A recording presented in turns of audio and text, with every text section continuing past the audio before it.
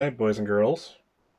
Let's see here. I'm gonna make a quick adjustment. Boys and girls. Let's see here. Okay. All right. Now we're good. Okay. So, hi. Welcome to Masks Heroes Abound Session 0, Character Generation, getting to know the characters and players, etc. I'm Scott of Scott's Case Files. And here we have, let's see, starting over here with Adam, Steve, Billy Joe, and Joshua. I'm kind of the lower middle square, but as close as I'll ever get to Whoopi Goldberg, fortunately. So we're here to play some Masks, powered by the Apocalypse game of young superheroes or budding superheroes, and the game reflects that. Let's see here. We're kind of going to bring us over to another screen here. Now. So let's see. As I bring it up, I'll have to check that out. Anyway, I'm sorry. Technical difficulties. First time doing the stream on this one. Anyway, so young heroes trying to find their place in the world, and it reflects that. When I first, before I first played Masks, I didn't like the idea because I hated my high school years with a passion. They were literally the worst years of my life. So it's like, why would I want to ever roleplay someone like in that situation? But once I played it, it was actually pretty cool. So I hope you find it also. So let's do some introductions. Let's start with Adam here. Would you introduce yourself briefly? All right. My name's Adam. I've been playing role playing games most of my adult life, mainly Dungeons and Dragons. Met with Josh and Billy about 5, 6 years ago. We've been off and on in a gaming group playing World of Darkness, Dungeons and Dragons, Pathfinder, stuff like that. Enjoy it and really excited about playing some Masks. Awesome. Thank you. Go ahead, Steve. You're next. Steve. I met, Scott online as he was running a Dune Firefly campaign. The rest of you are all new to me. Played a lot in, high school, college, a lot of D&D stuff, World of Darkness, Rifts, Battletech. And then took a long break and then found the Apocalypse World games and haven't turned back much since, with the exception of, Firefly, Smallville, a couple oddballs. Excellent. Ooh, Billy Joe, you're up. Yeah, I'm Billy Joe. Relatively newer to gaming. I didn't actually start gaming until I met Joshua. A little over, 10 or 12 years ago. Well into my adulthood, anyway. But yeah, I love it. I got started with D&D 3.5, then quickly we moved into Pathfinder, World of Darkness, Classic World of Darkness, Chronicles of Darkness. Doctor Who and Star Trek Adventures are two of my great loves right now, but I'm hoping that Masks can be a third. Nice. Cool. That leaves Joshua. I am terrible at introductions. Well, you already got your name, so you're good. Joshua, I have been playing RPGs probably most of my life. At this point, I started when I was 11. I remember sitting at the cafeteria at school with my friends doing it in little notebook paper. Back when you only listed 30 monsters. See? That's an awesome introduction. I don't know what your problem is. You're doing great. Keep up the good work. Well, cool. So let's just jump into things. I gotta make one little change here on the setup.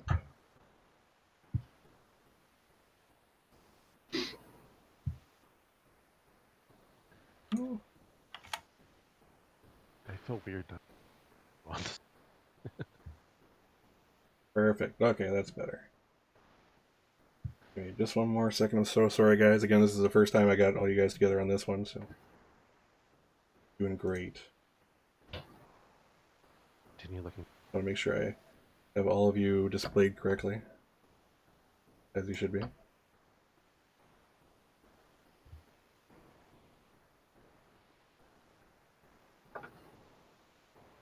I want to cut off Adam's head.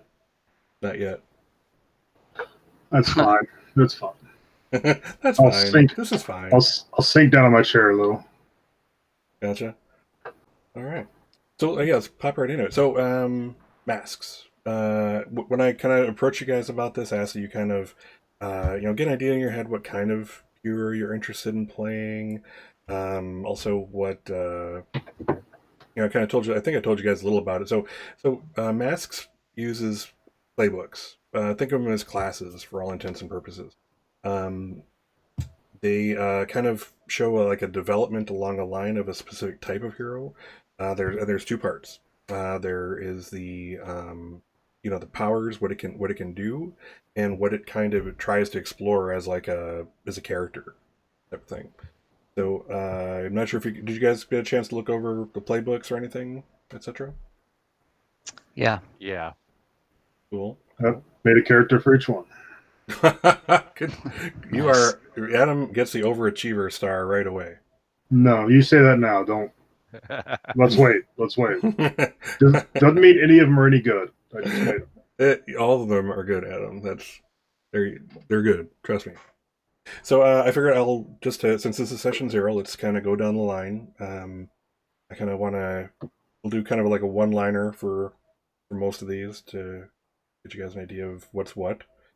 But we have, let's see here. And can you guys see this on your screen when I bring up the beacon? You probably on your roll 20. Don't see anything. Okay. Well, then this is for the viewers. I apologize. So I'm going to kind of go down the line, though. We'll start with Beacon. If you want to open like your playbooks on the right there, then under handouts, kind of you can follow along, guys. Do you have the show to all players thing? Yep, for all of them. Huh? So if you go under, let's see here, the journal tab up in the top right, and then you should see the playbooks. It's probably collapsed. Open it up. And I shared all of them with you guys. You guys see that? Yeah. Yes. Yep. This is actually where I've been going to read them all. Oh, perfect. Exactly. Good. All right, so let's start with the beacon. So the beacon is the kid with no powers, but he is just so desperately wanting to be part of the superhero community. This is like the Green Arrow as a kid type of thing. So this is like, again, you can see his abilities, bows and arrows or swords or camouflage and stealth, martial arts, phasing, acrobatics.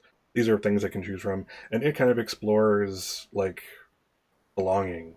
It's like in the sense of, belonging to this group of supers, this wanting to belong to this something greater than yourself type of thing. Then we have the brain. This is totally Tony Stark as a kid. This is, the for abilities we have the prosthetic or self-altering limbs, power armor, cyborg body, etc., etc. And this is just about, kind of, I suppose it explores the idea of hubris, because it's kind of second part of the playbook is you created this horrible thing that's wreaking havoc throughout the world, and you created it. So it's kind of like hubris, taking responsibility for what you've done, type of thing. So it's really neat. Let's see, the bull. The bull is very much like a Hulk or a Wolverine, actually. It's all about taking all that damage and being just great in combat in one way or another. That also has the bull's heart. You have a rival, you have a love. That kind of so it explores love. It explores vulnerability. Of course, the irony there, this invulnerable character exploring vulnerability. So deep, so deep. Can your love be your rival? Yes, actually.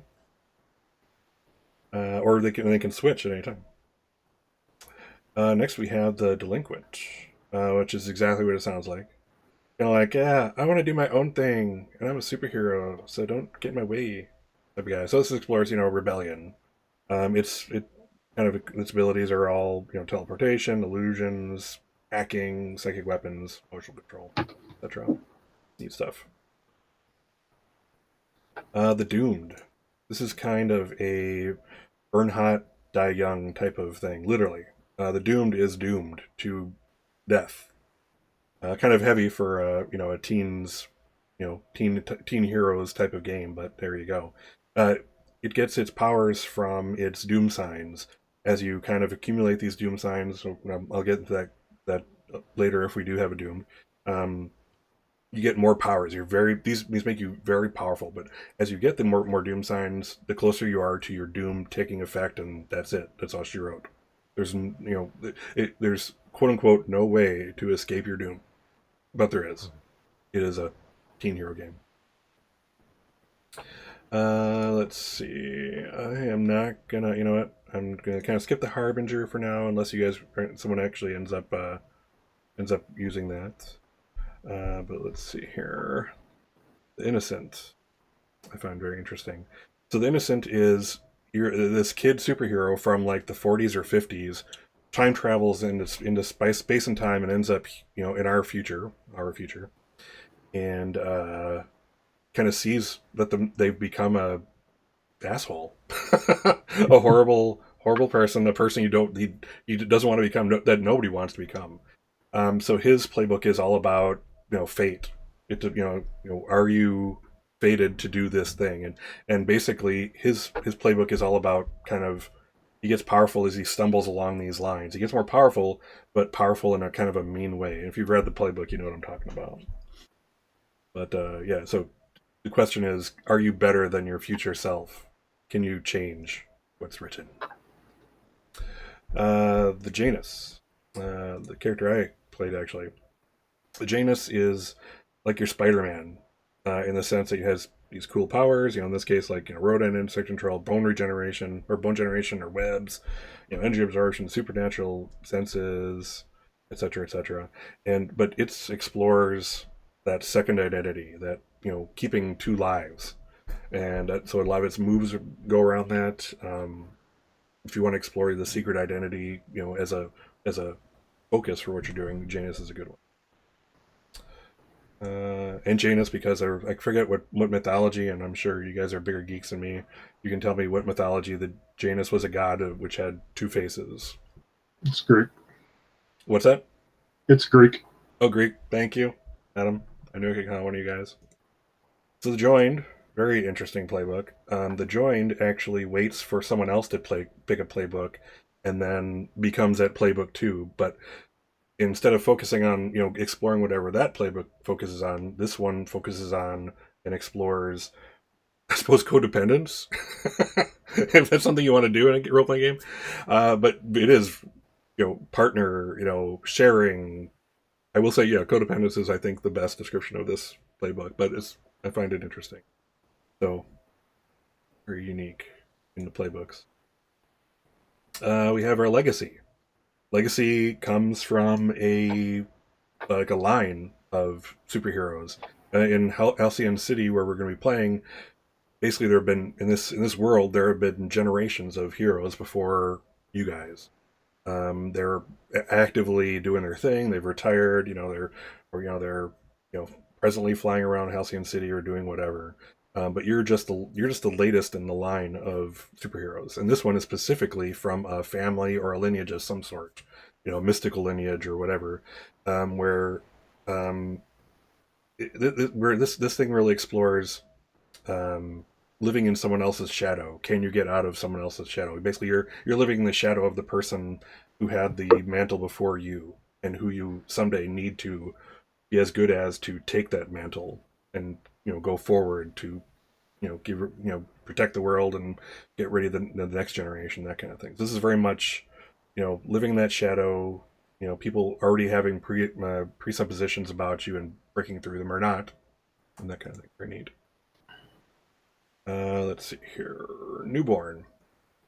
So this is an interesting one. This is very much like, I don't know, Vision, or basically it's like you're just newly created. This is, you're a clone, you're a robot, you're something like that. So the Newborn is kind of, this explores exploration, learning, finding who you are, discovering who you are actually, because you don't know. You've been maybe programmed or genetically sequenced to do something, but who are you really? And you get to learn about the world, that kind of thing. The Nomad, we're gonna skip that one again, unless anyone else is really awesomely involved in that. Nova. This explores power and what the consequences of using power. This is very much like a Green Lantern type of character, or a I can't think of another good example, but basically, it's all about power. You can create constructs, you have telekinesis, sorcery, whatever, but you have this raw power inside you that just wants to come out and be unleashed. And it's a matter of self-control. It's a matter of what happens when you do let that out. Jean Grey. Doing great, thank you. Perfect. Let's see, The Outsider. This is basically like someone from space, someone a different planet, a different dimension, who comes here, and this is like a whole new life for them. They're starting over from scratch. They don't know anything about us. You're kind of the idea is you're kind of that out of place person. You're not home. This is not your people, but you're. This explores belonging in a different sense than the beacon does. Belonging in finding your place in the universe. This can be your home type of message. Let's see, Protege. This is very much like a Robin character, Nightwing, where active hero is taking you under their wing, and this is also kind of like the Legacy. This is kind of like living in someone's shadow, or it explores kind of proving yourself. Like, I'm not just a sidekick type of thing. Imagine poor Dick Grayson trying to get out from the heel of Bruce Wayne, the bastard that he was. Let's see.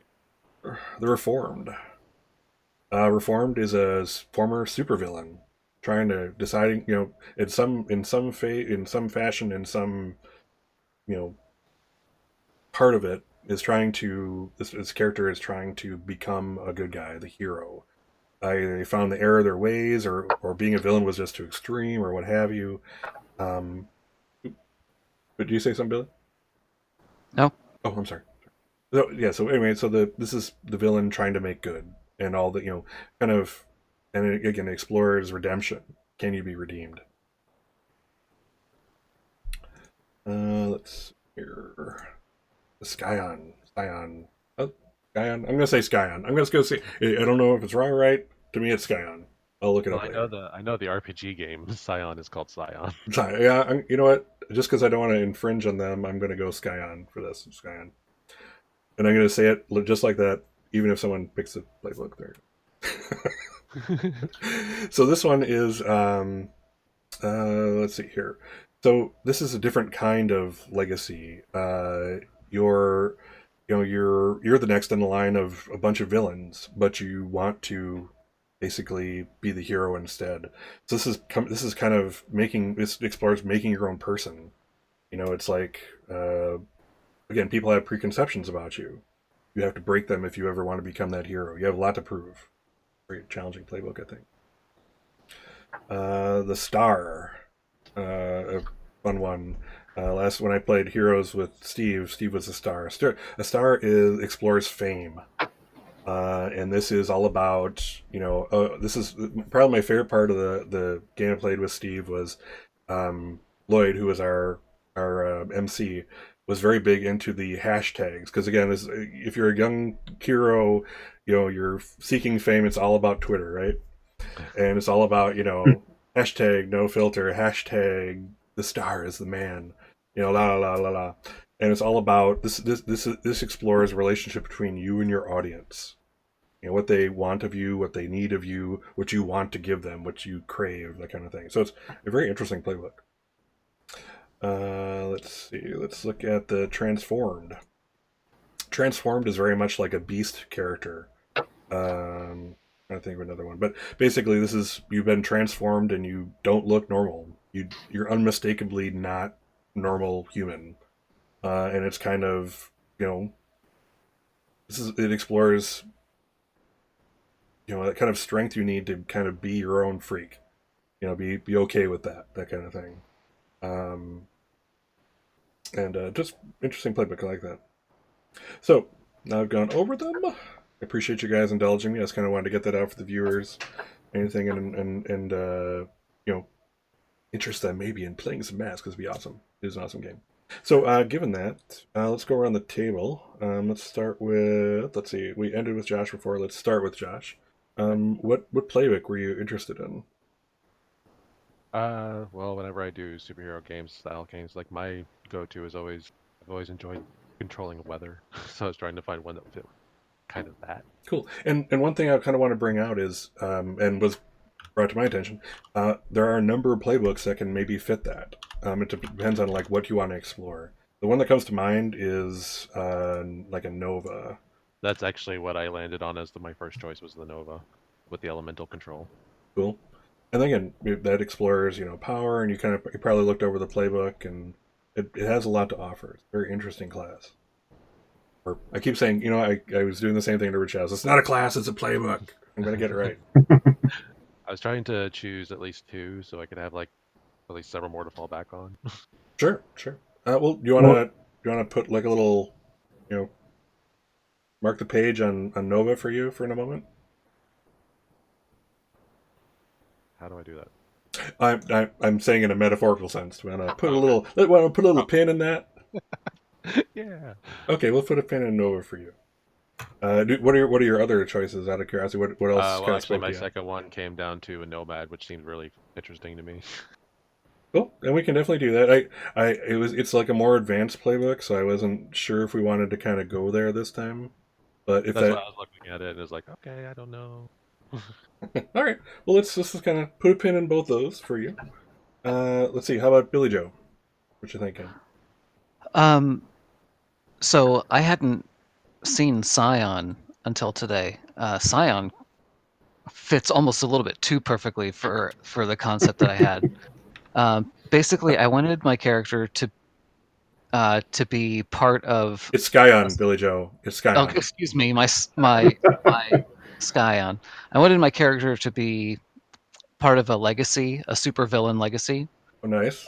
So I was actually thinking the Reformed, like maybe the family it was the whole family in on some kind of plot, and then my character as the kid was given a second chance, and trying to reform themselves. Oh, nice.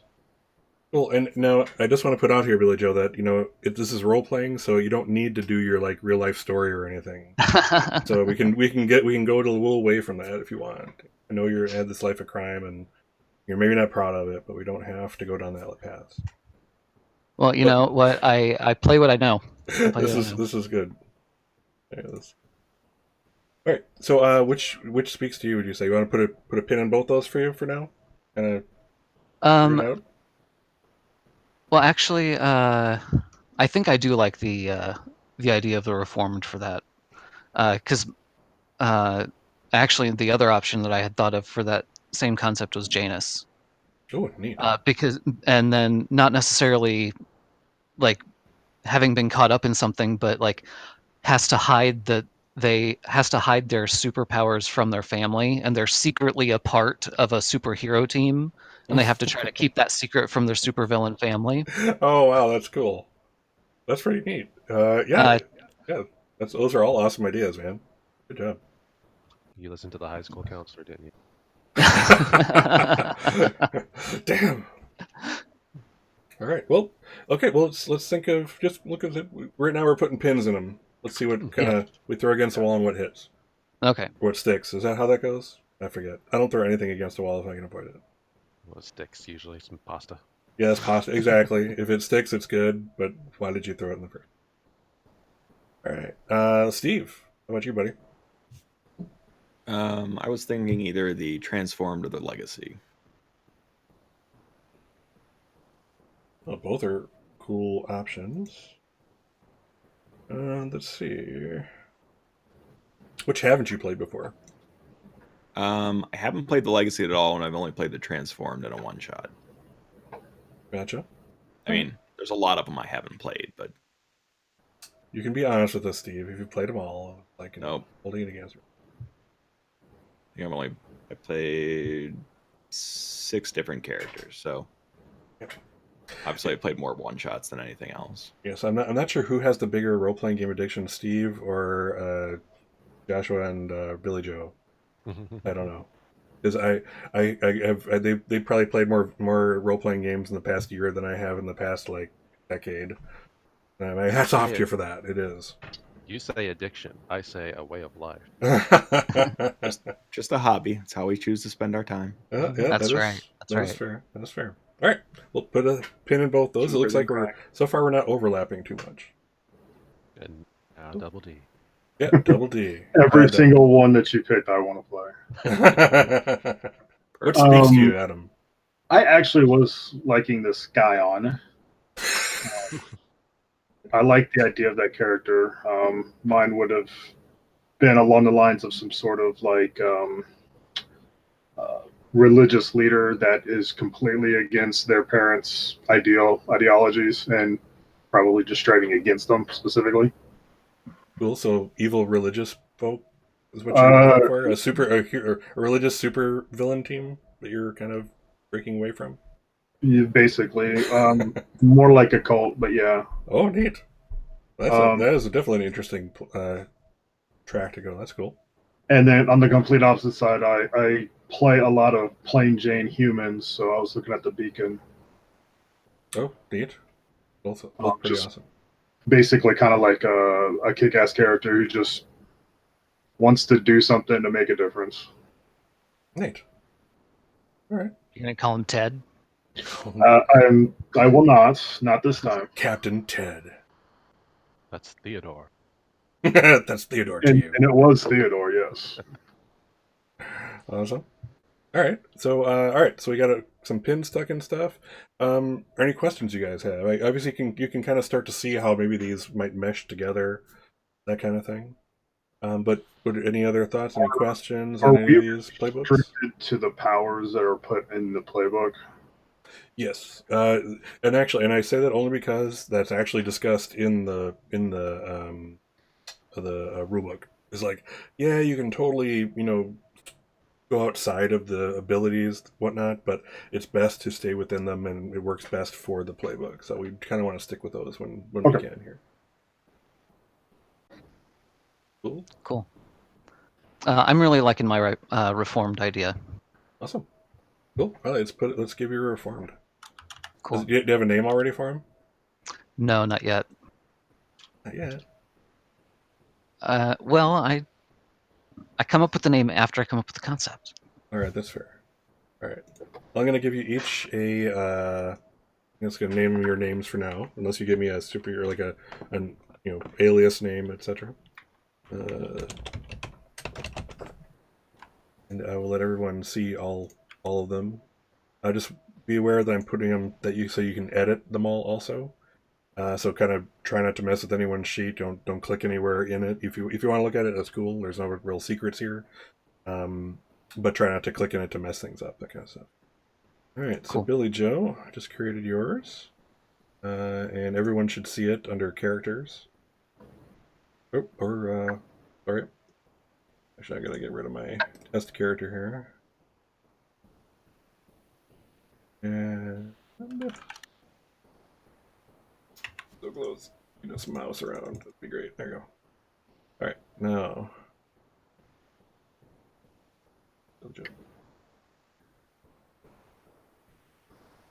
All right. Let's see. Let's do Joshua. Joshua, do you have a alias name or superhero name you'd like to go with right away? I have not actually got as far as trying to pick a name. Yeah, that's fine. That's fine. We're good. That's why we're in session 0. You're doing great. But yeah, I think I actually want to do the Nova. Cool. Nice. Nova was also my first choice when I was reading them, and then I found Scion, and I'm like, oh, that was great. Cool. All right. Steve, any superhero names or anything? Definitely not. You guys are ahead of the power curve. I'm still trying to decide between Transformed and Legacy. I know, it's a hard one. I totally get you. So if I did Transformed, it would be not Groot. Um, something more plant-based. Moots. Not Like that. and then if it did legacy, it would be something shadow-based. Could be Tom Bombadil. Oh, we're going Lord of the Rings all of a sudden. Crazy talk. Adam, how about you? Superhero name? Anything? No. All right, Adam, it is for now. We're gonna change this. Um, There- I really like the Skyhound, and if Yeah, we wanted to go that route, I could easily tie in mine and Billy's character. that'd be cool. Yeah, I think that would work. I kind of had an idea of maybe my character is at like a halfway house for juvenile delinquent supervillains or kids with superpowers that have misused them. And like one of the conditions of being there is you have to join a superhero team with an adult superhero sponsor. Ooh, that's interesting. So Doable. our team would have an NPC kind of mentor or whatever. That's how you could work that in if you wanted something like that. Sure, that sounds pretty cool. Actually, I hadn't thought of that. But so my thought on that would be, if we're gonna go something like that, let's make it so this guy is like an overworked and underpaid civil employee who Yeah, it's like like he's doesn't. a social worker. Yeah, He's exactly. Like a super social worker. yeah, he totally does not have time, or she doesn't have time to like check up on you for real, or at any great degree. And it's just That's kind of like, awesome. do your thing, do your thing. You're fine, fine. Okay, take a picture of you. You're well fed. Yeah, no injuries. Oh, geez, you got a pole sticking out of your chest, and that's you're healing it right now. Okay, well, that's fine. You don't Good. do anything to We'll just require crop that paperwork. out. We'll Photoshop that. That's when I gotta be like 3 other places, so I gotta go.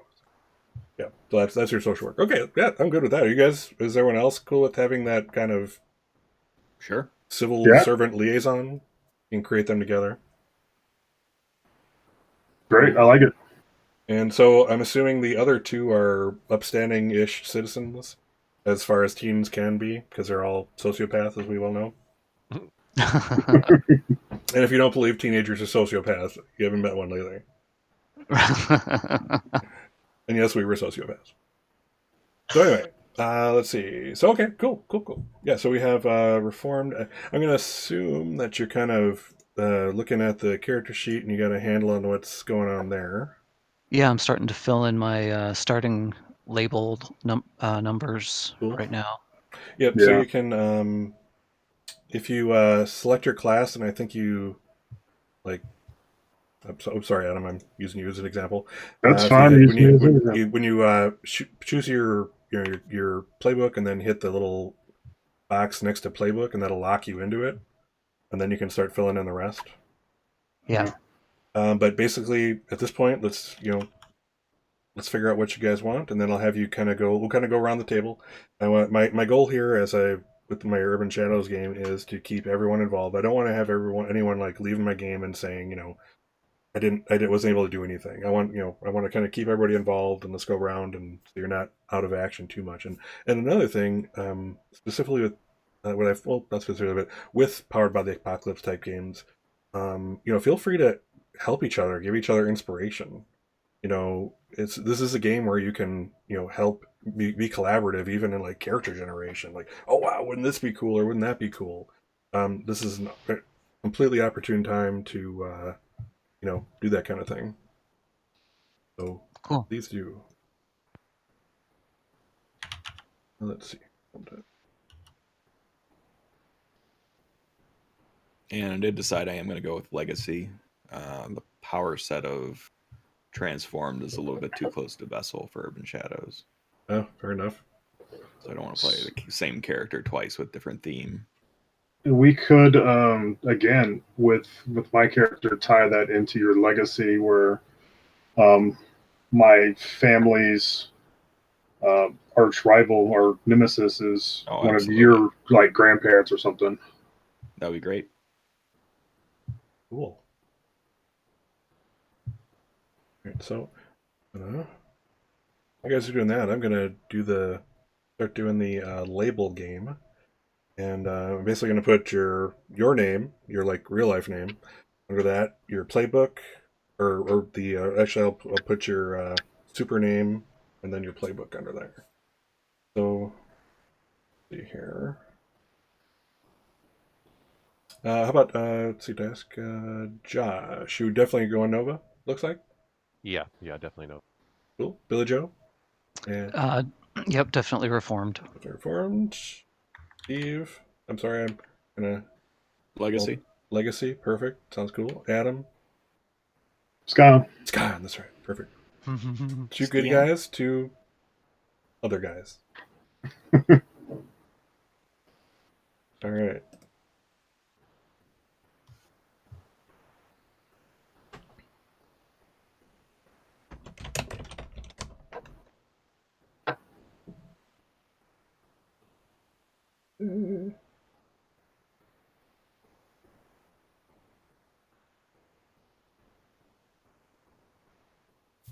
Okay.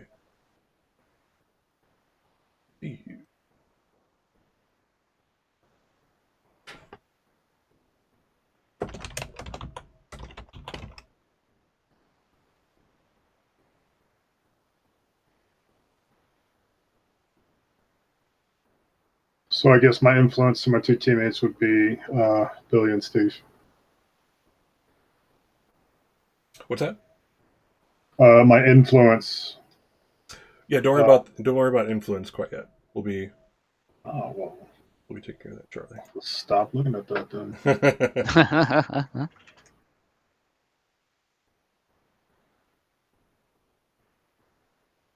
Yep. Yeah. So and again, we're kind of going to go over the basic mechanics of the game, that kind of thing, and influence is a very important one in this game. Since you brought it up though, so influence is okay. First, actually, let me rewind. So if you look in your character sheets, you're not filling in attribute numbers, you're filling in labels.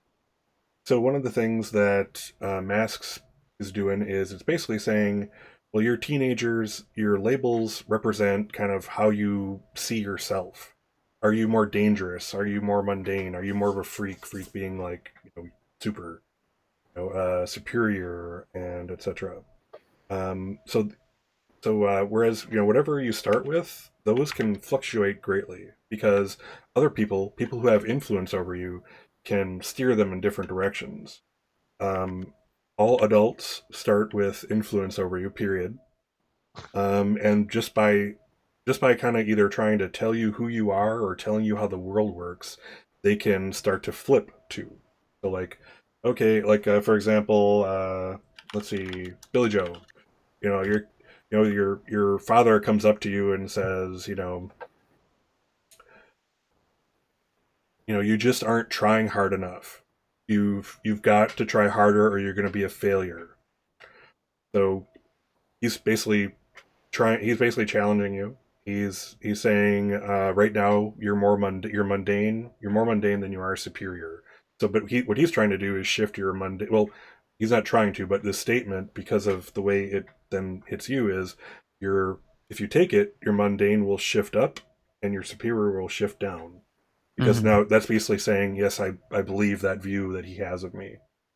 What you can do is you can resist that, and I'll actually you can here.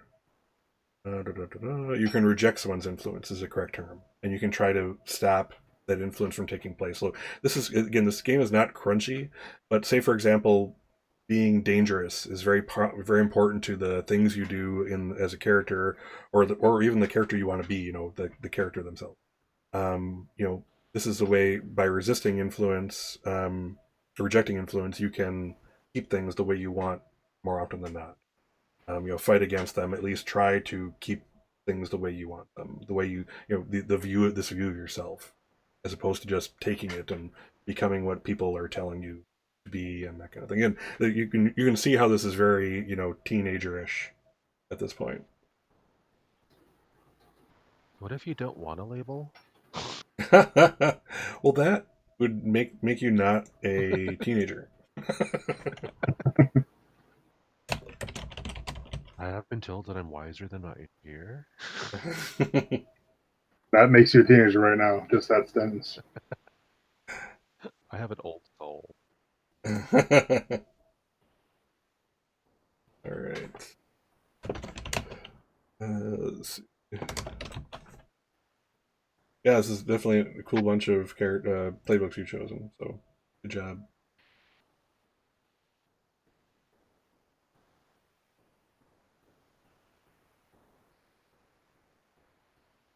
Stuff right. Cool. Right.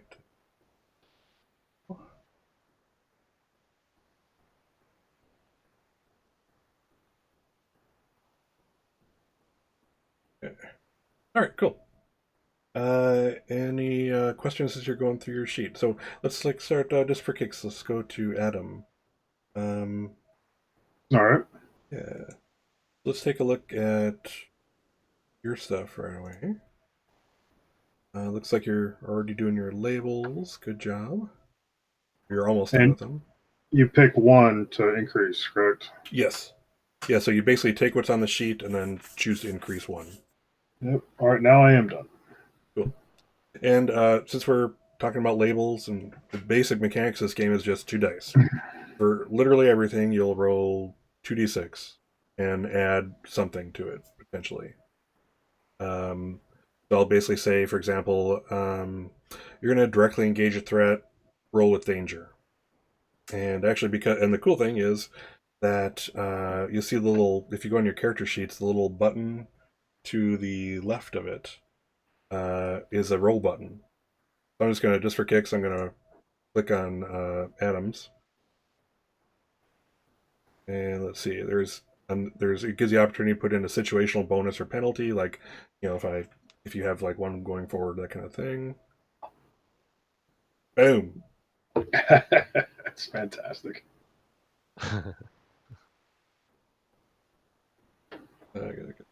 Okay.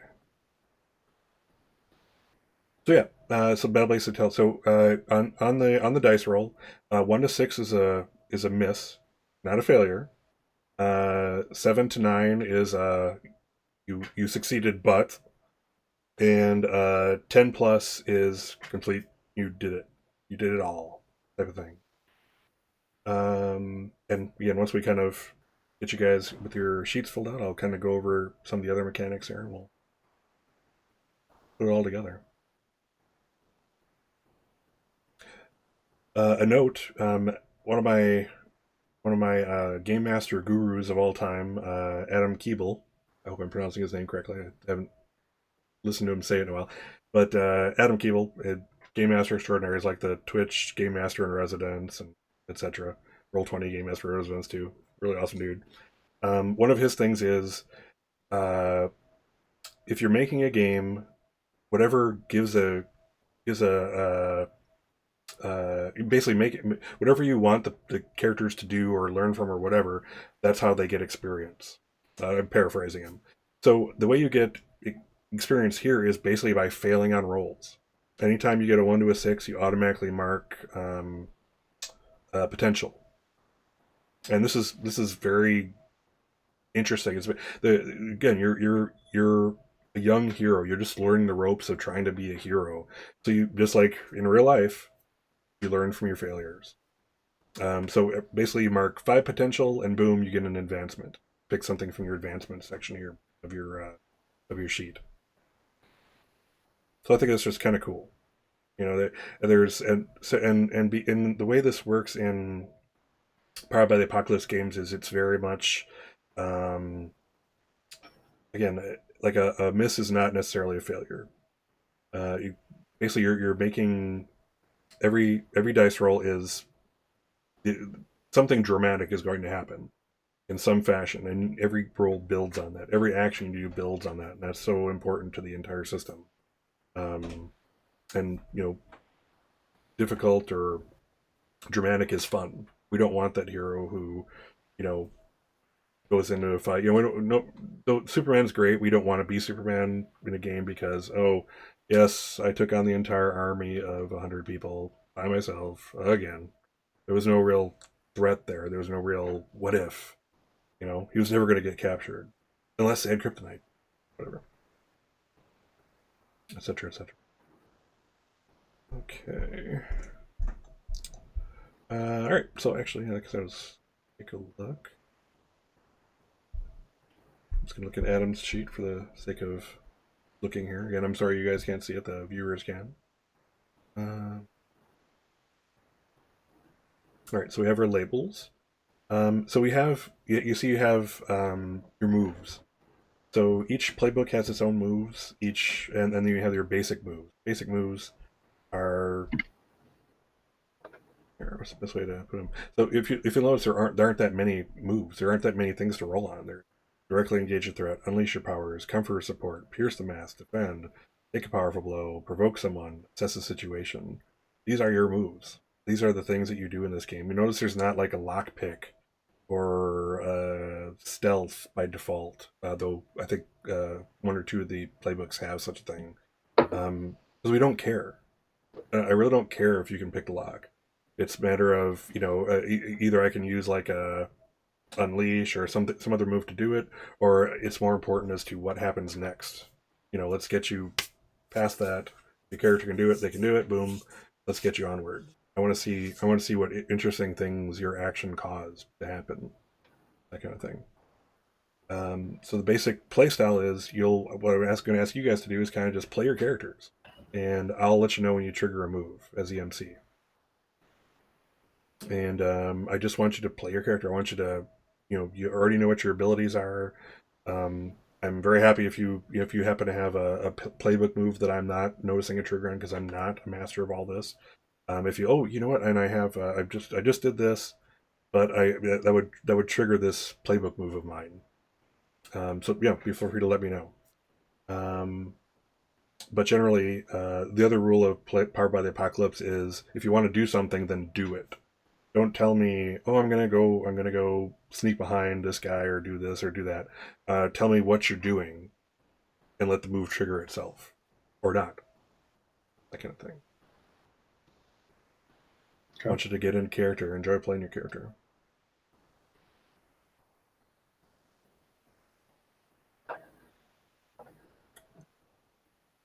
And again, if you look in the playbooks, it's just a matter of circle this or circle that, or then pop it on your sheet. Go. And when someone comes up with a name of any kind, let me know. Superhero name, preferably. Want a real name? What's that? Don't want a real name? Oh, you'll want one of those too. But as for labeling your sheet and everything, we'll stick with your hero name. Or in the case of the Reformed and the Scion, hero name. All right, on our playbook, like our powers and abilities, where would we put that information at? Like, for instance, on mine is like, what are my abilities that I have? Where would I set that down at? Would I put that in just the bio and info? Let's see. That's what I'm doing for that, and like whatever your playbook's special bag of tricks is. Yeah, if like the bulls like whatever's in the bottom right of your sheet. Yeah. Okay. Whatever fleshes out your character, pretty much. Right. Cool. Like mine's the legacy, so I need to like name people that are family members. Yep. And for the names, I think we went over this with Adam. If like on the Scion or the Reformed or whatnot, you're asked to choose the names from a list and tell what this person does. Feel free to make up your own name. This is just, these are guidelines. So you don't have to do Mr. Kane or whatever the hell. Okay, well, I still want to at least work with Steve over here on one of them because I'm going to utilize his family as my parents' enemy. Right. So nice. My family, or in this case, I think they're all historically members with the same powers and not necessarily blood relation. I think legacy doesn't have to be. It's just different members. Yeah, it can be like a generation of a character or of a mantle that's being passed down. Right. It doesn't have to be blood. It can be, you were chosen this generation. So we are the Legion of the Night. Oh, Scary. Of course, some see us as vigilantes, but for the Sure. most part, we operate within the law. But since our powers involve darkness and horrible things from other planes, it's just considered bad. I don't know why. Okay. Probably the person that for Adam, the person that like historically was the leader who's still around is sort of like the retired Superman is Captain Midnight. All right. Nice We'll golden utilize age that name. one. Nice.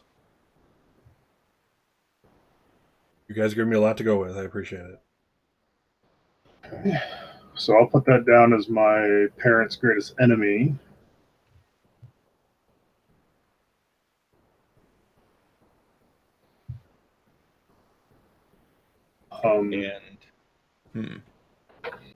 So what's one of your parents' names, or someone even? I'm sure I would know him at one time. Okay, because one of the things in my legacy, if I'm naming people, one of the last ones is the greatest opponent your legacy ever faced, and is still at large. Nice. Okay. So that's already kind of baked in. Cool. Yeah, that'd be cool if you exchange with him. That's awesome. Okay. Yeah. So Or even if they're part of a group. again, it's going to be basically the idea is going to be a giant cult Okay. worshiping a centralized figure. So you have the head being like a general and the other people being lieutenants, and the head's going to be probably a very famous older supervillain. And I would probably be his youngest child at that point because, they're a cult, so I'm sure they do things well into their dastardly years. You have many brothers and sisters. Very, very, very many brothers and sisters. Most of them are probably also lieutenants. So Gotcha. All right. give me a minute and I'll think of somebody. Yeah. I need to AFK a second. Yeah, do you think? So, Billy Joe. How are you doing? Any questions? What are your thoughts? What's going on with your sheet? What you looking at? I think I'm doing pretty good. I chose my moves, my 2 moves that I get. Nice. What the hell, hero? So I can call out a hero if they perpetrate an injustice, Ooh. and on a hit, I can get them to admit their wrongdoing. I can win over an onlooker, or I can divert their attention and anger towards somebody else. Ooh. Very cool. Yeah. Of course, on a miss, then I mark a condition and shift danger up and savior down. And then the other one I picked was blowing off steam. So, like when you commit a victimless crime, quote unquote victimless crime, some kind of misdemeanor, then you can clear a condition. Cool. And I should also bring up before I get to Josh, there is no damage in this game. There are just conditions. The condition is afraid, angry, guilty, insecure, or hopeless. And basically, so let's say you get blasted away by some villain. I'm going to choose what it is. Sometimes I'm going to ask you to choose what your character's feeling. As you're getting blasted away, you could either easily be afraid, like wow, it was so powerful. How are we ever going to get through this? I'm terrified. Angry, like I'm gonna come back and get him. Insecure, are my powers enough? Hopeless, we're never going to win this type of thing. Guilty, I don't know. Maybe I didn't try my best. I don't know. But again, kind of get the idea how these can apply. And when you're affected by a condition, you get a -2 to various moves that reflect that. So if you're afraid, you're -2 to directly engage because you're a little concerned. Angry, -2 to comfort or support because angry people don't make the best therapists. That kind of thing. So you get the idea. And your villains will have these also. How powerful they are is basically measured by how many conditions they have. This kind of a really low level one will have just one condition. You get one condition on them, and boom, they're out of the game, out of the fight. So there's that mechanic. Joshua. Yeah. What's your character looking like? What's going on? I was actually still concentrating on a name. I don't have any moves. That can't be. It's so important, though. I'm not going to begrudge you guys. Not being positive what your name is, because this is so integral and important to the superhero experience. If you get the wrong one, it's just wrong forever. The Nova does not have any moves or anything like that. Oh, let's take a look at Nova. Yeah, Nova has the whole burn thing. Yep. Yeah. Yeah. So yeah, Nova is kind of different. Let's see here. I'm just going to bring up his moves real quick. Go to here. I think you guys are all on the same sheet here. Yes. All right. I mean, I'm supposed to pick 4 of these to always have, or is it just I pick 4 whenever this happens? You pick 4 to always have. Okay. Yep. And so yeah, so you're special in that your persona revolves around this power. It's all about this power is you. And again, how you use it, how you misuse it, how you accidentally use it is what your character is all about. So where should I put the 4 that I'm? You can put them on your character sheet, you mean? Yeah, on the character sheet. Yeah, you can put them in your moves section. Hold on.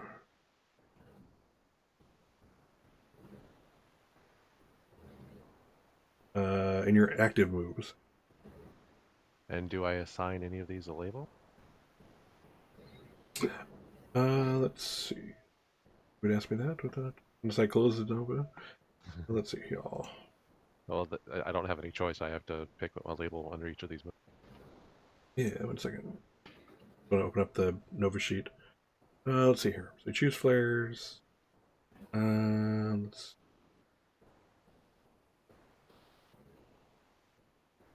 Oh yeah, well you have to choose labels, but not for the flares. They have the flares, the labels built into it that they're going to use. Is it? I'm not sure if that's answering your question. Or maybe I didn't understand. I was just wondering if I was actually supposed to pick any of the 5 labels for these flare moves, for these Nope. flares. No, those are kind of baked into it. If you check out for example, shielding, it tells you to roll with freak instead of savior to protect someone. One of the cool things about moves, including your burns, is that moves are like rule breakers. Everyone has these basic moves. Your specific moves, in the case of Nova, their burn, let them change things up. So, for example, if you're going to defend someone either physically or emotionally or verbally, you're going to roll with Savior. That's what Savior is all about. However, because one of the Nova specialties is Freak being superpowers and the thing that makes them different from everyone else. The shielding, for example, says spend 1 burn to defend someone else from an immediate threat, rolling plus freak instead of plus savior. So, boom, rule breaker in your favor already. So the moves, the labels you'll need are already baked into the flares you'll be using.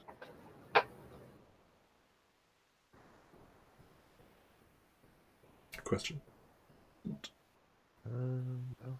Just now. So reality storm mode. Yeah, what kind of Nova do you want to be? Well, I have control over the weather.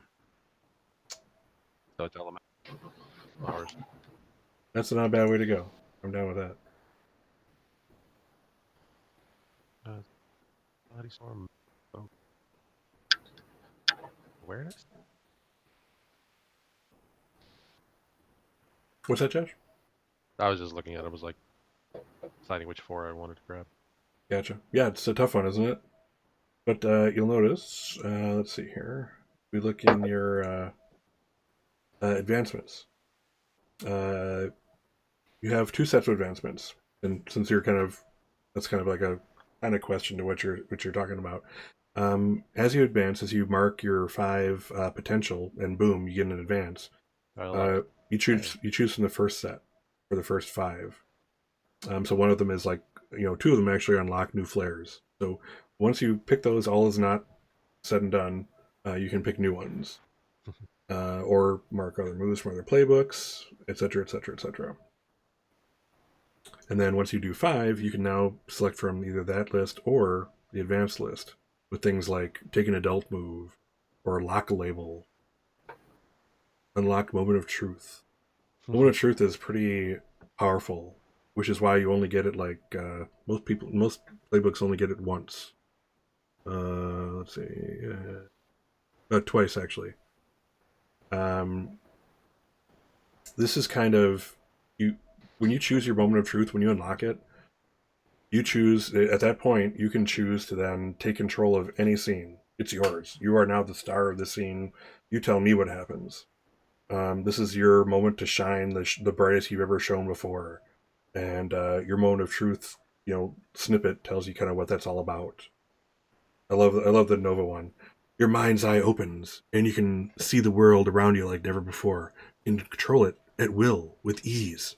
Of course, warping reality tends to have ramifications down the line, but in your moment of godhood, how could you possibly be worried? Just Dark Phoenix everything, and everything will be fine. We're fine here now. Everything's fine down here. How are you? So moment of truth is pretty awesome. And when and again, you only get it twice in your whole career of your character at most. So those are very special situations where again you get to shine brighter than you've ever shown before. Get to see get to show the world what you're all about.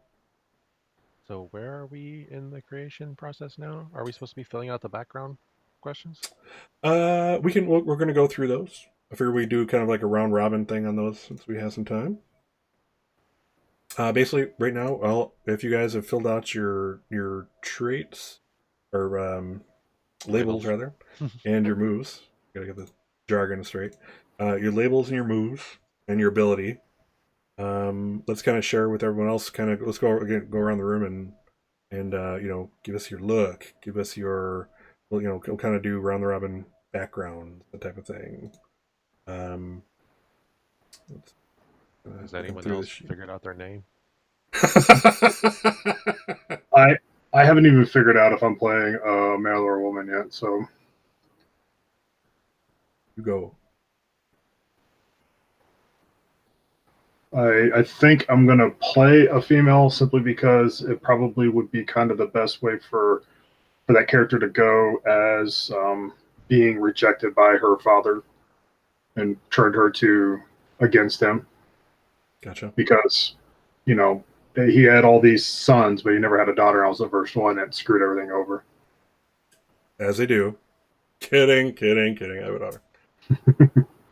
No, so I'm going to apologize in advance for using the wrong pronoun as I'm talking about your character. I just see Adam. My apologies. That's fine. Yeah, so once you guys... I also won't do a voice either, so it'll sound just like this.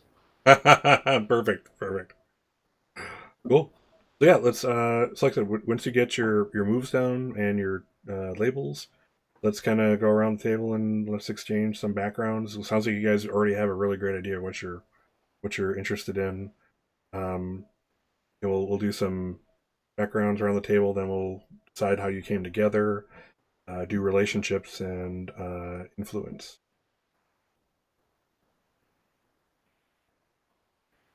And just as a note,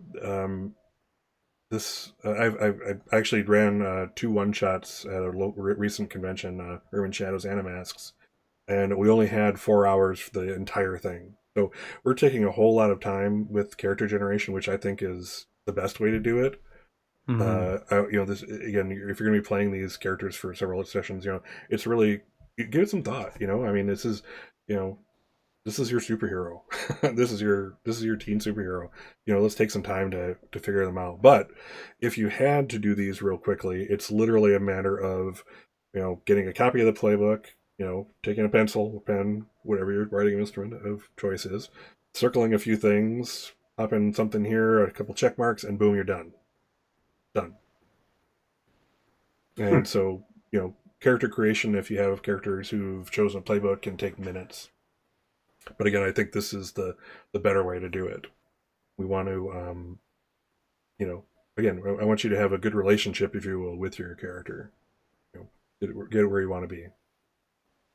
Because I've been psyching you guys up for a while now. I appreciate it. Exactly. I wrote on there about maybe an idea for a name of Silver Shield for the government social worker. Silver Shield. Well, I was thinking more like Anne. Well, I did read that the silver people on here are like from the 50s and 60s, and maybe she was just, or he was just about ready to retire or had to come out of retirement because he had like debts to pay off, and he's doing this. Oh, gotcha. So I was thinking more of just a complete civil servant, no superpowers at all. But we can definitely go in that direction too. I'm up for anything. And works too. I really kind of love the idea of just a mundane human being our social worker. I think it's just great. And it fits kind of in with the flavor of Halcyon City. Yep, you're gonna have those mundanes. You're gonna have, there's generations of superheroes, but there's far more mundanes. Not that we call that to their faces, right? Right. The humans, the non-supers. The non-supers. Oh, I don't know. What would the politically correct term be?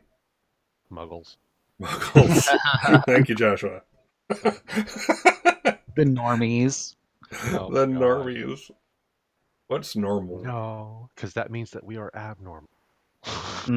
Super normal. Is that a thing? You can't be super normal. Yeah. That's a what's what I'm looking for? Not a paradox. It's a oxymoron. Thank you. Oh. Ordinary.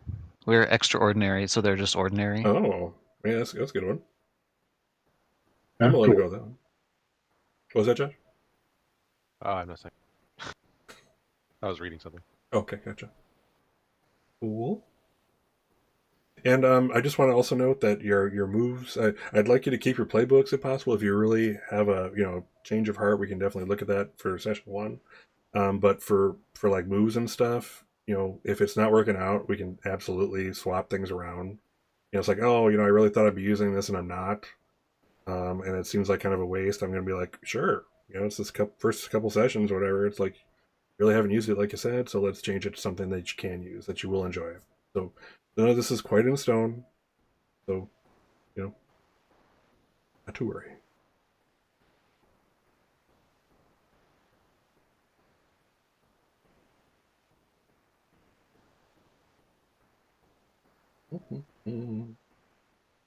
Lift quick. You guys are coming along. Good job.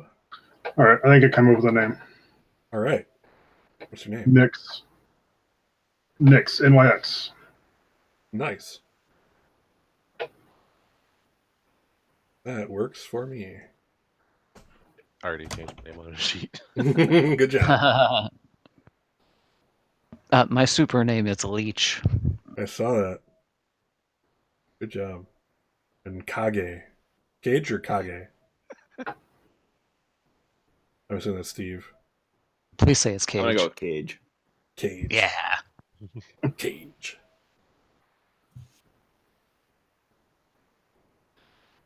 Excellent. We have superhero names. Good job. Now think of your, mundane or ordinary name. Excuse me. That is my ordinary name.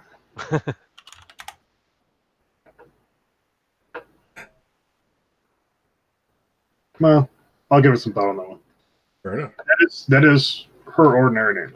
Well, that makes sense for coming from a cult. I mean, there is no such thing as like an alternate name. This is the name they gave you is exactly the name that your role requires. Nyx makes sense. Looked it up for a little backstory. Nyx is actually one of the Greek goddesses of night, so it's pretty messed up that they named her for night when everybody's about day over there. So, or light. Dick move. Specific. Another reason not to like him. Excellent. All right. So let's do this. Who would you say who is like has their stats filled out? They feel comfortable doing like a quick intro to the character. I'm good. Cool. So how about Josh or Billy Joe? You've been kind of quiet. Get you some FaceTime. I mean, can't really do an intro until I fill out the backstory. There is that. Billy Joe, how about you? Um, yeah, I was just working on some of my backstory questions. Yeah, we can Um, answer those, right now or whenever. yeah, no, it's fine. Um, so my super name is Leech.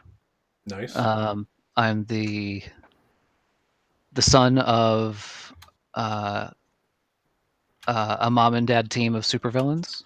It's a family legacy operation. They both come from supervillain families too.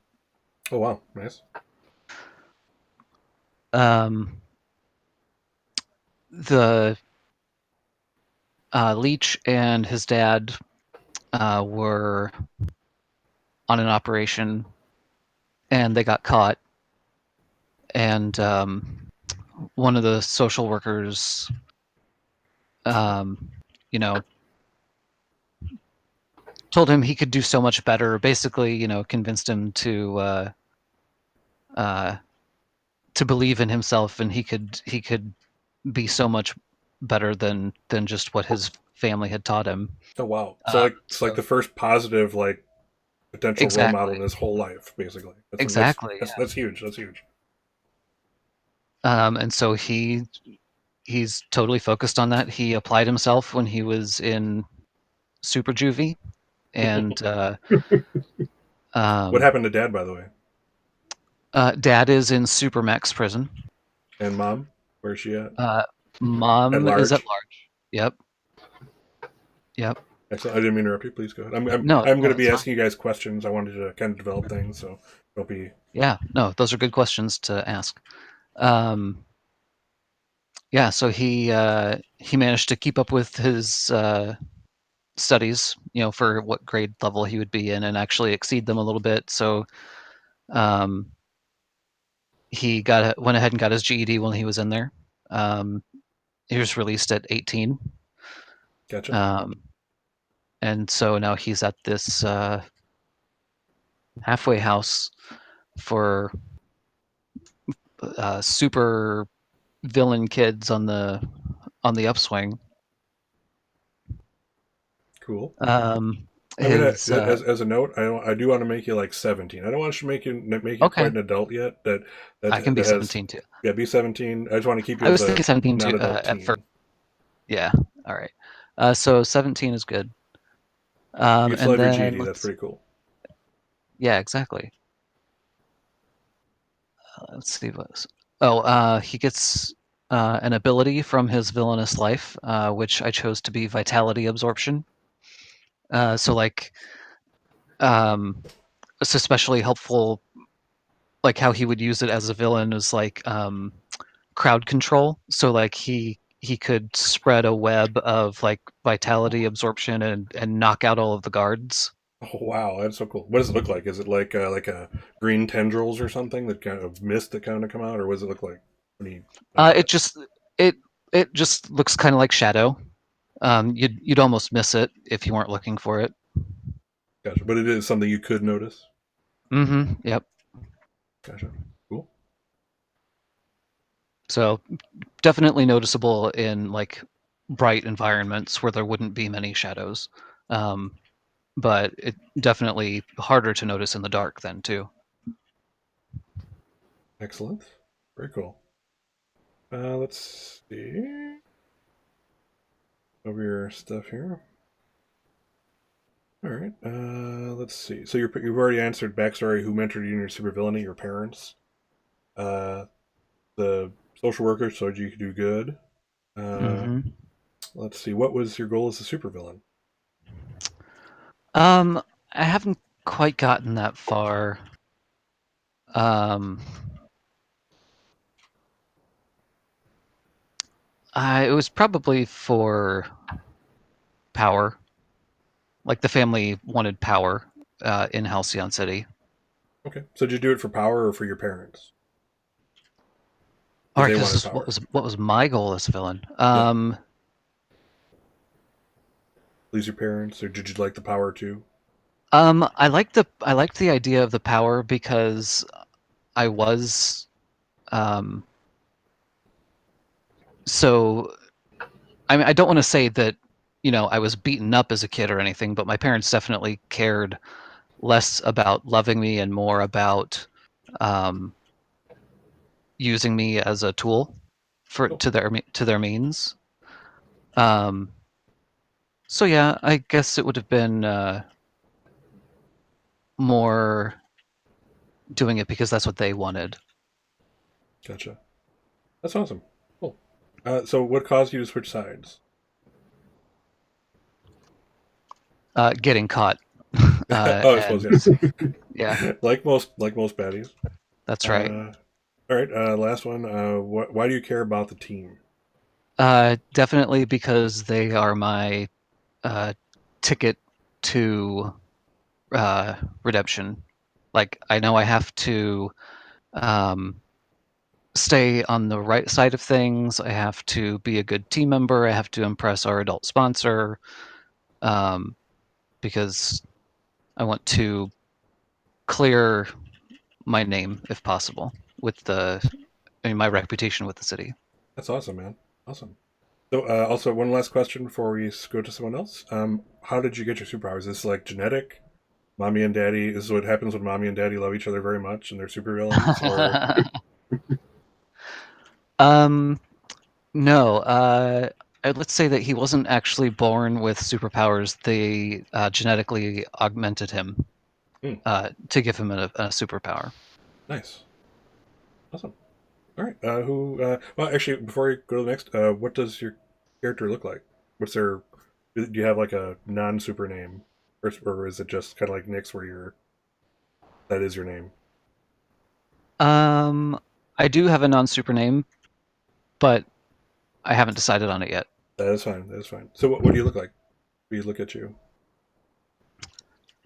He's I don't know, about 5'7", 5'8", um, kind of thin, short, dark, spiky cropped hair, kind of like Josh's. Um, Brown eyes, average looks. Um, as a everyday teenager, he just wears, jeans and a t-shirt. Cool. Now, don't. I'm gonna stop you. I want to hear what your super costume looks like. We're gonna Oh, save that super for. costume. We're Okay. gonna we're gonna save that for episode 1. Okay. And I want you to think on it. Think on it. All So right. say Good, because I wasn't ready to describe it yet that anyway. is cool. Yeah, no, I kind of that's like a revealing moment that I want to share with Yep. you guys when we get into it for the first time. Hey Scott, during those questions, it raised the question with me. We were talking about being, quote unquote, were we talking about having like normal kids at a high school, or Well, is this a high school where supers are also present?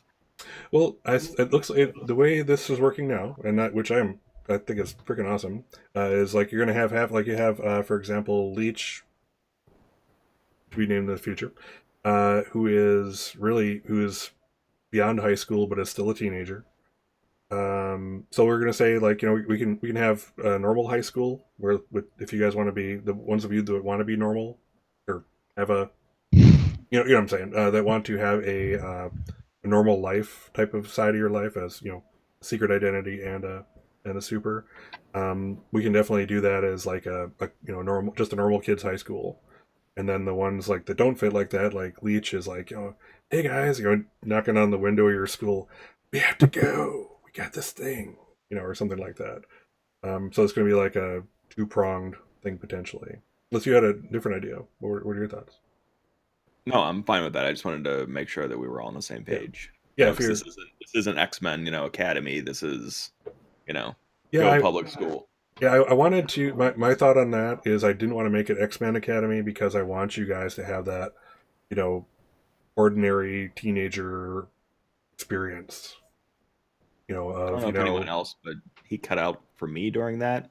He Yeah. cut out too. Yeah, your audio cut out a little bit. Like oh, we could see you gesturing with your hands, but your mic. because I do that. I'm not even Yeah. Italian. It just Actually, it was happens. helpful because that let us know that it wasn't Your whole I'm connection. just gonna. No. Okay. Yeah. So, where was I at? So, what I was saying was, I want you guys. My thought on that is, I didn't want to do X-Men Academy, is because I want you guys to, the ones who are in school, to have that teenage high school experience. You know, doing classes and getting stuck and having to do I do the assignment, or do I save the world? You know, and having to deal with that tomorrow. Who am I going to the prom with, etc. I want you to have that's kind of what I see as integral to the whole Masks experience. To a point, is that teenage life that I want to give you guys. So again, you're going to have the people who maybe aren't, like Leech, who definitely, probably wouldn't be in high school because he's has his GED and is somewhat emancipated. Um, but yeah, for the rest of you who don't choose that path, definitely like a normal high school. I was say Leech is always at the teen hangout where all the never do wells go after. Yeah, or during school, yes, or during school. Yep, exactly. And again, this it never occurred to me to do the the social worker thing, but that's such an awesome idea. I can't help but say yes. So yeah, I'm definitely open to ideas. I want to be the improv guy who says yes and as much as possible. The only time I'm going to say maybe not is when I'm trying to kind of set expectations, put limitations on things where they need to be, make this game fun for everybody, that kind of thing. Sure. So, all right. So thank you, Leech. And also, as a note, I'm going to be trying to my best to call you by your super name during the game. I'm going to be talking to the character, not the player, when I can. So, okay. Just as a note. Who would like to go next? I can go. All right, go ahead. I did come up with a super name though. Nice. Because I did think it would be more of a kind of punch in the gut if I did have a super name, and also to create some anonymity between her cult family. So Nyx, and then her super name would be Solar Flare. Cool. All right, so let's take a look. I'm going to get to your background questions here.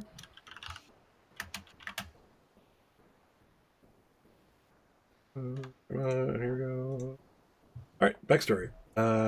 So we already know who is your supervillain parent. Her villain parent is Father Apollo. Oh, wow. She does not know who her mom is because they get cycled out so often. No idea. Oh, wow. It was one of those kills. Yeah. While she was, while her mom was pregnant, they did bio enhancements on the parent to try and, increase all the abilities of the child. Oh, wow. Which is how she got her abilities, and was considered a failure when it came out as a girl. Damn, we're going so deep on this character. It's like, wow. Like, are we okay? Is everyone can put the X card at any time? Like, it's like, don't want to go there. This is very deep, very cool. Keep going, please. I'm sorry. I'm not making fun of you, by the way. I'm just kind of, I love the way this is new for me. This is awesome. Continue, please. So the cult is the Children of the Light. Okay. What's their basic tenet, if there had to be just one sentence to boil it down? They are trying to gain followers for the transcendence into the heavens. Wow. Cool. And of course, the one leading the way is Father Apollo. Correct. That's how cults generally work. Yes, good job. Very Greek themed cult and names and stuff like that. People are different Greek gods and whatnot. Cool. Let's see. You already know your parents' true nature. I'm assuming you know that your Father Apollo is not actually a prophet of the heavens or whatever. That indeed he's a superhero or supervillain rather, type of thing. Yeah, he is not the reincarnation of Apollo. No. Gotcha. And that was apparent from day one. So okay. So next question to backstory: why'd you turn from your lineage to become a hero? And this is kind of a two-pronged. Like, I also like you to answer, like, are you like a foster kid right now? She is given the privileges of like new recruits. So basically, she has to go and do everything a gopher. She has the worst living conditions of the cult. She's basically a downcast. So I mean, if more like a runaway, if anything, and she just goes back to sleep. Oh wow. Um, So she lives almost like homeless, that type of thing.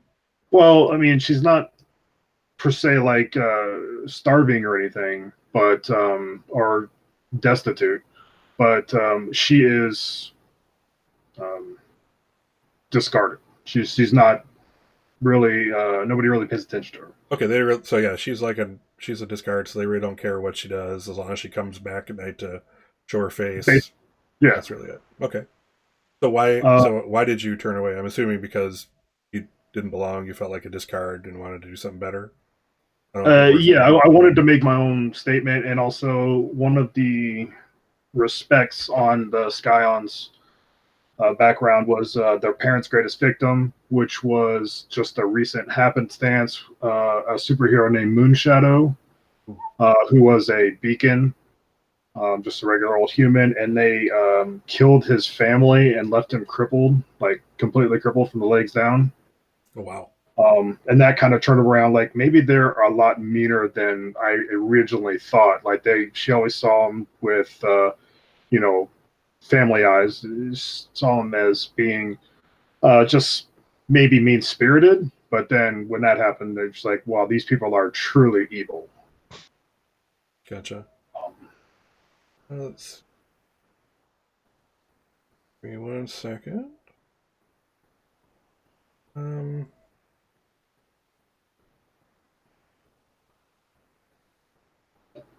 So just a question. So now part of the Scion playbook is like people know who you.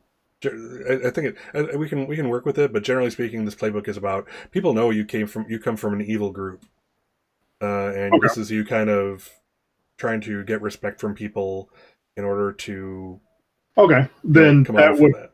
not make sense to have a superhero name and everything. But she would be branded. So they're all branded.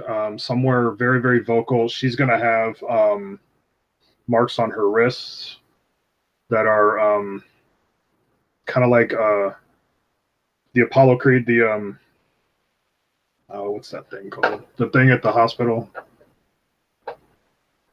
with the snake and the Oh, the Hippocratic Oath that you're talking? yeah, that Caduceus? Oh, Thank Caduceus. yeah, that thing. So everybody that are higher ups in the cult have this, and since she is still, you know, one of the children of Father Apollo, she would have been marked from birth. So she has these brands on her arm or her hands that'll never go away. Gotcha. Like I said, part of it is again, kind of showing that you're not the baddie. We can we'll go into that at a later time. Not to worry. In fact, I'll probably, if it's cool, I'll kind of I do. This is kind of a little more dark than a normal masks type of thing, but I'm totally down with it. So if it's cool, we'll talk more on that on Discord through the week. Is that cool? Okay. Yeah. Perfect. Let's see here. So let's continue on. So I mean, she doesn't have a dark nature. She's happy-go-lucky. It's just her background is horrible. Right. Yeah, I got you. All right, so let's go down. Let's see. So why are you trying to differentiate? I mean, is it just rebellion? Do you want to? She wants to rebel, and she also doesn't want anybody else to be hurt or corrupted by the cult. Nice. Yeah, I suppose that last big event with the beacon guy really put the exclamation point on that whole thing. Yeah. Let's see. So who outside your team helps you down your chosen path? We want to go with that same, maybe work with that same social worker? Well, I was going to put down, yeah, we could do the social worker. Also, she goes to visit the victim as well regularly. Oh, that is really awesome. Wow. I'm blown away. That's great. That's perfect. That's probably one of the people you want to get respect from. Correct. Respect from Moonshadow and Captain Midnight from Steve's lineage. Gotcha. Very cool.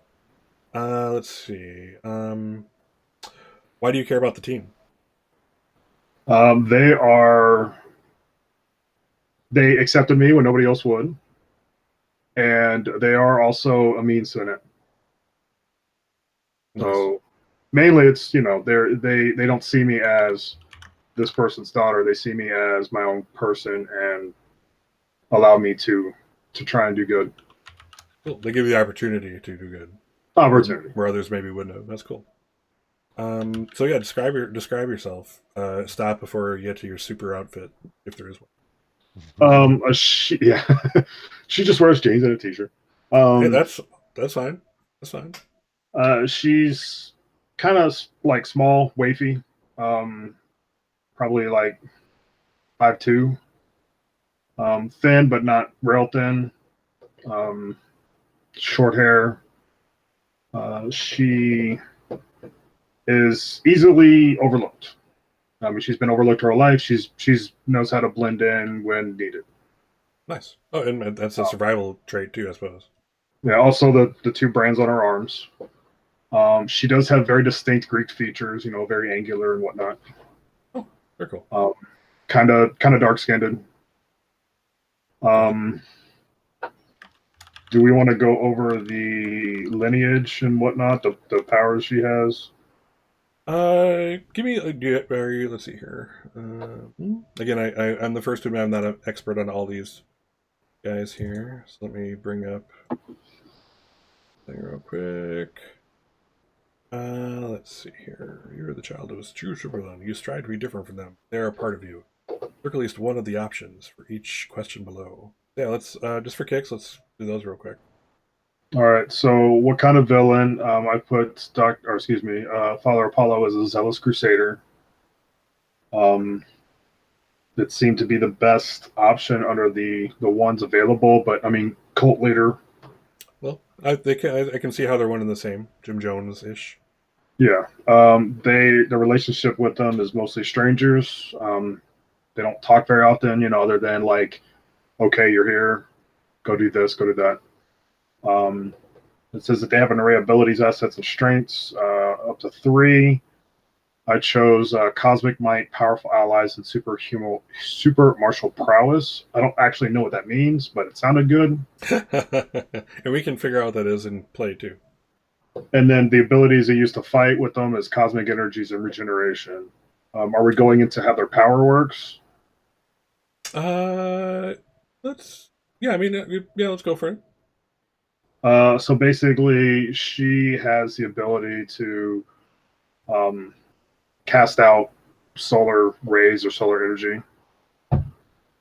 Neat. And she also has the ability to regenerate. She regenerates much, much faster in the daylight, but UV works. Gotcha. Cool. Yeah. So, and also, if you can pop those in your character sheet too. I want to be able to, pop in and look over those. Cool. Pathos. Yep. So you pop your in your character sheet on the bio page or whatever. Put your lineage information. It's already in there. Oh, perfect. Good. All right. Let's head to the next. Keep trying to ping Josh. Josh, how are you doing? I'm doing okay. How's your character creation coming? I was just filling in some of the backstory and everything. Okay. Do you want to go next, or should I save the best for last? Are we supposed to be answering the back question in the playbook? Yeah. You can do, are you saying you're still working on those? Well, I was filling them out, but If you already have an idea, yeah, we can go over it. Or team input. Basically, what I have down is his name is Jonas Noble. Nice. He goes by the name Mali whenever he's in his superhero ego. Mali is actually he's a native he is a Native American teenager. Excellent. I am going to my roots personally for this. So. Mali Awesome. is actually means destructive wind. Oh, wow. Nice. It's usually referenced when tornadoes strike into Oklahoma. Wow. Nice. But yeah, what I have down so far is that basically he was a normal kid up until he was about 13. His mother and his father, neither one of them really kind of were traditional Indians. They were more modern people, so it was like they really kind of ignored a lot of that. He had his grandmother though to teach him a lot of that stuff in the background, making sure that he knew exactly where his heritage came from and showing him exactly how her medicine worked, and that's medicine with a capital M. That's what Native Excellent. Americans call magic. Nice. But yeah, she was an herb woman for the tribe, for the local area. So she saw to a lot of like people came to her when they were sick and there were spirits involved. She would go and deal with it. Hmm. She was teaching him this, and he was actually practicing it in the woods when a meteor strike hit. Ooh. Yeah, its detonation leveled the forest, kind of like the. I always forget the name of it. How? Yeah. Anyway, it leveled for about a mile Okay. and exposed him to strange energies that didn't really show themselves until a year later. When he was 14. Gotcha. He got angry and created a vortex inside the house and ripped the roof off, Oh wow. also wounding his mother in the process. Whoa. So Yeah, she was. just to clarify, so is their ability like a combination of capital uh oh god, not capital M magic, capital Medicine. medicine, a capital M medicine, and this and the power that came out, the whatever Yeah, came off of it. So it's like a combination of the two. Gotcha. yeah, he was learning Theoretically. little things from his grandmother along the way, and this just sort of enhanced everything he was doing. Nice. It kind of tied him into the weather and everything, so now the weather responds to his mood. That's so cool. Yeah, and I have down that he's estranged from his mother and father. His mother never really kind of got over being hurt in that one particular instance. Hmm. So does So he live with his grandma in a suburb or something? yeah, she moved with him to Halcyon City. Nice. That's awesome. And that's He gonna be. still I'm sorry. he Go still ahead. talks to his father, but it's like with his mother, it's basically birthday cards, Christmas cards. Wow, that's hardcore, man. So cool. Yeah. What's your grandma's name? I've not actually named her yet. I just call her Grandma Noble. That's awesome. That's a good place to start. I'm good with that. I'm good with that. But just an example of things I'll ask as we go. Let's see. So who? I'm assuming that would be your grandma. Be the person who outside the team helps control your powers. Yeah, Perfect. Let's see. Why do you continue to use your powers, knowing that they can cause this kind of destruction? because his grandmother instilled in him a sense of optimism and hope in the world. That Nice. even though he may not control them now, there may come a day when he can fully control them, and then he could be totally helpful to the world. Awesome. I thought you were gonna go with the with great responsibility power, that thing. But None of even that crap. better. Good job. Let's see. Why do you care about the team? I'm all about a redemption story, so kind of like those two people in the team. Yeah, Nice. What you're saying is this is a team full of misfits, except for our legacy.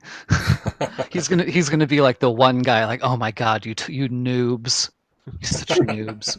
it's kind of like a double-edged sword. He's very hopeful. He's full of hope for people and for the world and everything. That there is always a little strain of good in people, and he wants to see these two completely embrace that. And on the other side, his powers are so destructive that this tiny group of people shouldn't be bothered too much when it causes destruction. There is that. And hopefully Let's they'll help him learn to control along the way. well, and I can see how like his view and his grandma. I mean, I can see grandma becoming like a big part of this group's Mhm. like you know when it's time to comfort someone, maybe she's coming in for it, that type of thing. She's there. Like we have Anne, our assigned social worker, and maybe Grandma Noble is more of our like den mother. Exactly. And yeah, you know what? We'll see how that works.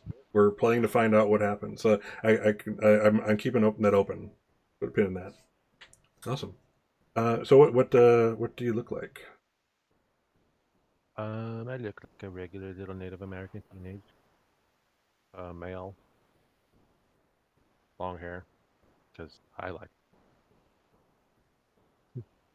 Now we don't want to, you don't have to be yourself in this game, Joshua. I know.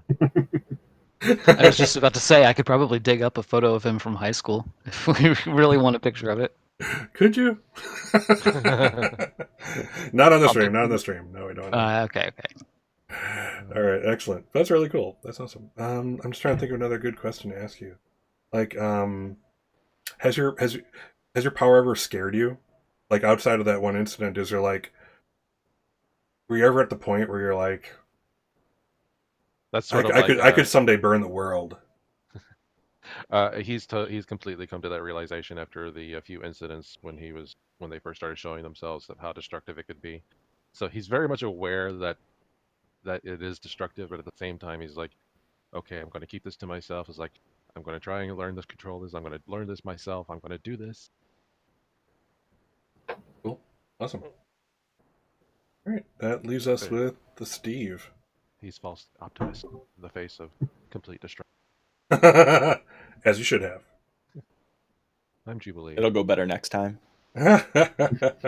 Nice. All right. So, yeah. Tell us about your guy, Steve. Or Gal. We haven't gotten to gender or anything like that yet. Guy. So I'm playing Cage Terrorist, also known as the Wraith. The Wraith is your super name? It is. Okay.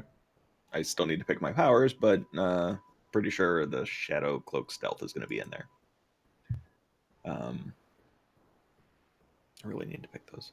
Cool. Yeah, this is something you can do through the week too. I would like some prep time to know what you're working with before. Roll out two of them that I can't use, which is always tough.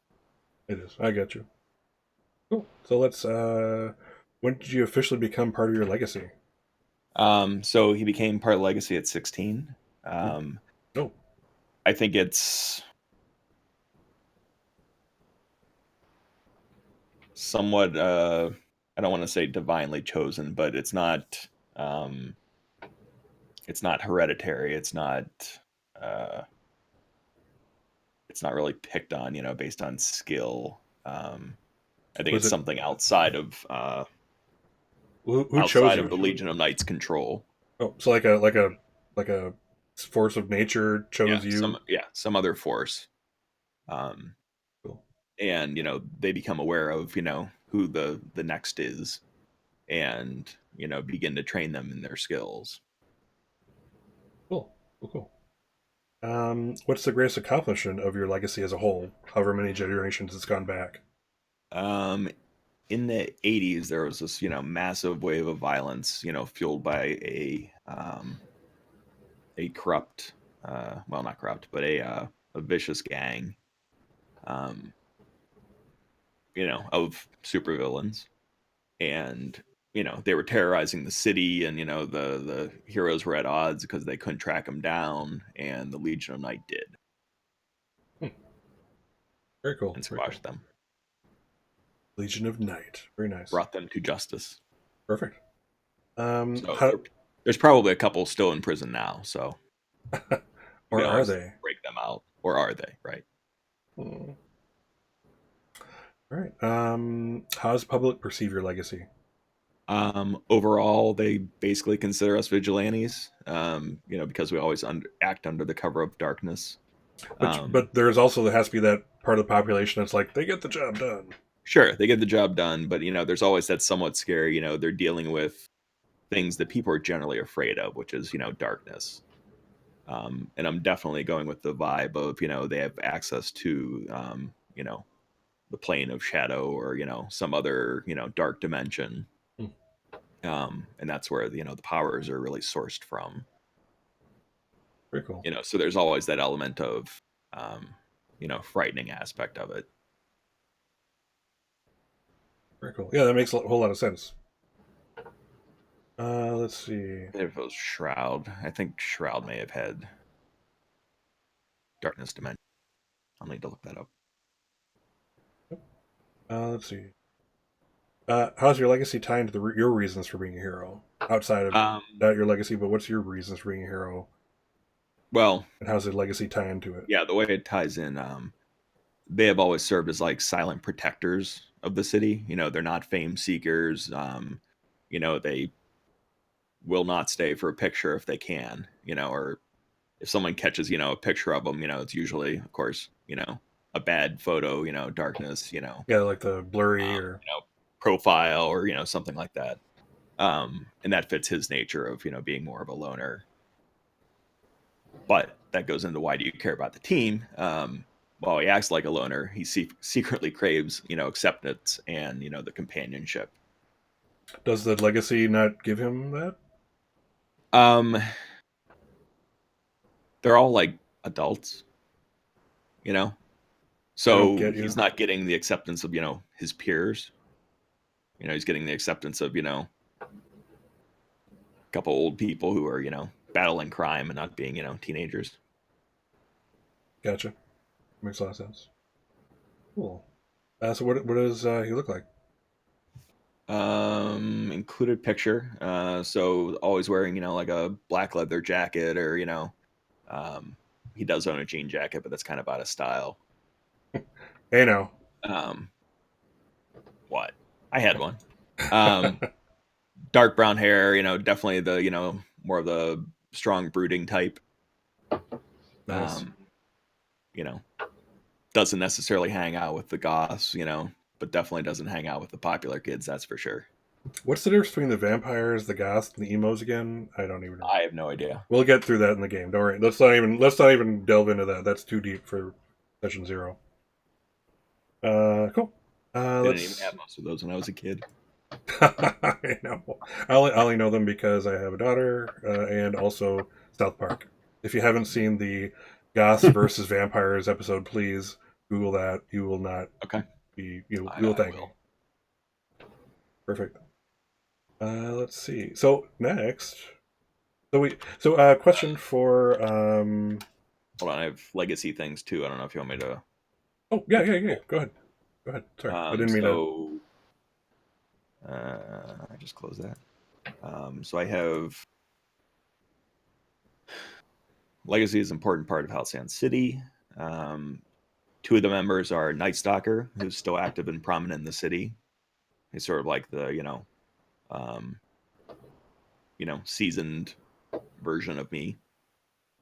And then Captain Midnight, who's retired, but he's quite judgmental about my endeavors and not being up to the mantle. And he was significant enemies with Father Apollo and the Cult of Light. So Father Apollo is the greatest opponent our legacy ever faced and is still at large. Sure. Cool. Let's see. All right. That being said, so one thing for. Let's see. Nix. Are you there, Adam? I'm there. Excellent. So does Nix go to? Does she go to school? I was pondering that for this entire time, actually. Oh wow! Because, well, when we brought it up with Leech, simply because I think normally most of the children, quote unquote children, would probably be homeschooled. But since I was kind of a castaway, they didn't really care about my education, so I enrolled myself into school. Oh wow! You probably forged a name or two, but yeah, I wanted acceptance. Lesser evil is worth it. That's awesome. Cool. All right, so she goes to school. So 3 out of the 4 you go to school. The other one is, that outsider who is part of you, but outsider yet not, who's a group mate. That's awesome. That'll make for an interesting dynamic there. Also, I like that a lot. Good choices, guys. I mean, really, I gotta say, and I say this about every single group that I play with. So you guys are special yet not, you know what I mean. But I'm always amazed by how role players are creative, like so utterly creative with these things. It's like, right on the spot, putting this stuff together. Getting into character. I think you're getting a character already. You're getting an idea of who your character is, and it's just so cool to, especially in Powered by the Apocalypse games and Cortex Plus also. Should you play it? Cortex Prime coming up. I'm just always impressed with the role players I work with or play with, I should say. Work with in the terms of the game. But just how quickly you guys create we just created part of the world together. Like in this session of just less than 2 hours, we've created sections of this world that make an impact on it, that are important to it. So this is just really cool. So thank you for being a part of that with me. Otherwise, let's go to let's talk about your group. Your group needs a name. What is the name of your group? How long we took up to think of our own names? Jeez. Yeah, I know. Let's brainstorm here, guys. What are you thinking? Anyone? We just throw some stuff out there. We can put it all in a pot and see what happens. I'm trying to think of all of our powers. So I have solar stuff. We have night stuff. So that's a complete contradiction. We have There are 4 of you. And then weather. elemental weather. I And- cannot remember for the life of me what Leech's powers are. He leeches power. He leeches life. Yeah, I leech vitality. Vitality absorb. I assumed, but I didn't want to assume.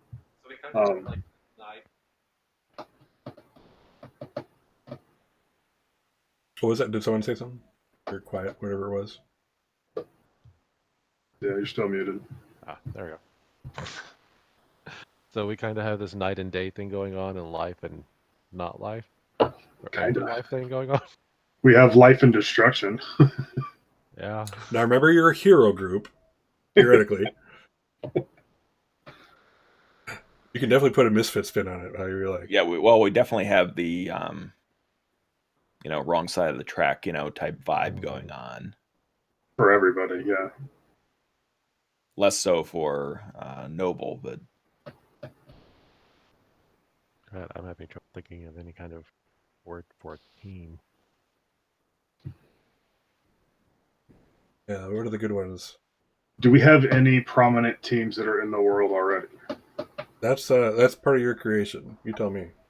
I know that's no help to you at all. I know. I'm sorry. We have the Legion of Night, and we have the Children of the Light for the cult. So,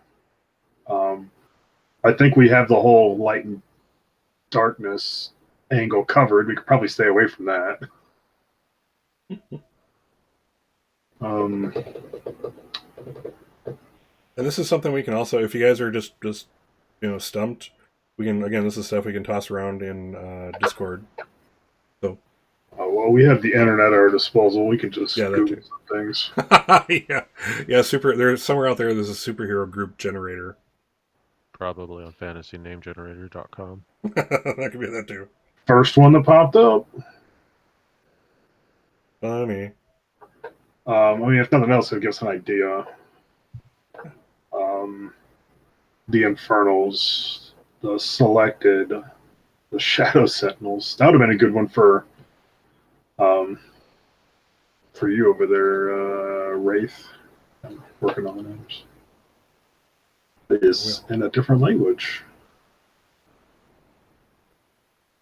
I'm gonna take this moment to, while you're thinking about that, I'm gonna work on your labels here, under your names here. The Silver Soldier. I have to take a quick bio. I'll be back. Excellent. Yeah, if you guys need to take a quick break, please go ahead. I'm just gonna update your labels here. Do we want a name that embraces the misfit aspect of it, or do we want a name that's hopeful? I like a name that's on the hopeful side.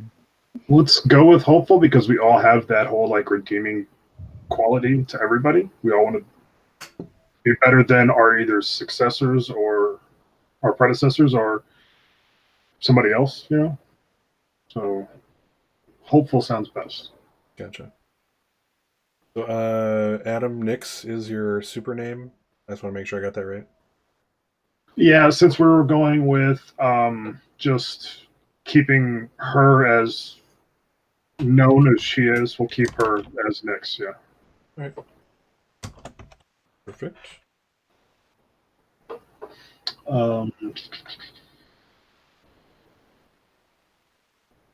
The Vigilante Rangers, the Golden Legion.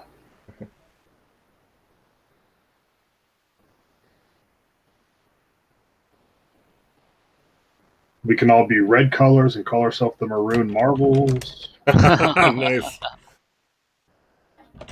The Juvenile Crusaders. Oh, Actually, what do you guys think about having like a team uniform? Less about having our own each I- individual uniforms and having like a team uniform and being like the Maroon Marauders or whatever. ooh, I like the idea of having the same color scheme. nice. Maybe not a uniform, but if nothing else, the same color scheme. Yeah. Like the X-Men. We're all Yeah. similarly themed, but still unique. I like that idea. The Omen. The Omens. Oh gosh. I'm looking at this list of like hero names. The Street Dogs. The Fire Crew. Okay, so if we're gonna have a similarly themed color scheme, what is our color scheme? Blush and bashful. As it should be. Nice. Um, Purple should be one of the colors. I'm It's nobody fine with else's purple. time. Ooh, pardon me. So why don't we do this? You guys want to take 5? Be back in 5 and ponder it while you're taking your bio. I don't want to Yeah. make you go in a bottle or anything. I'm not that Yeah. kind of a game master or MC or anything. I'll go to the bathroom. I'm not a bastard, guys. Not a bastard. For the most All part. right, be right back. Excellent. In 5. Let's say this is still on camera, BPG. I'm actually taking us to another screen, an away screen. But audio is possibly So I assume there was no solid ideas. on. Oh, Not yet. there's solid. Take a 5. See you in 5.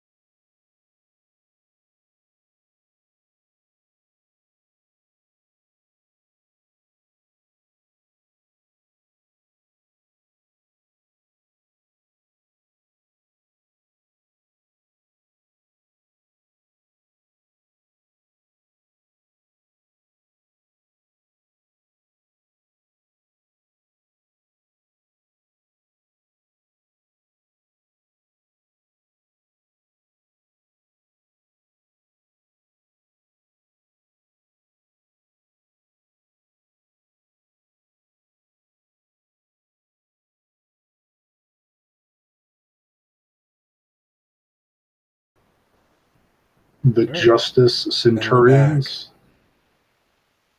Let's see here. All right. Seems too wordy. Yeah, it would take forever to yell that out. We're the Justice Centurions. Oh, we're dead. Yeah. You want it to be succinct, you know?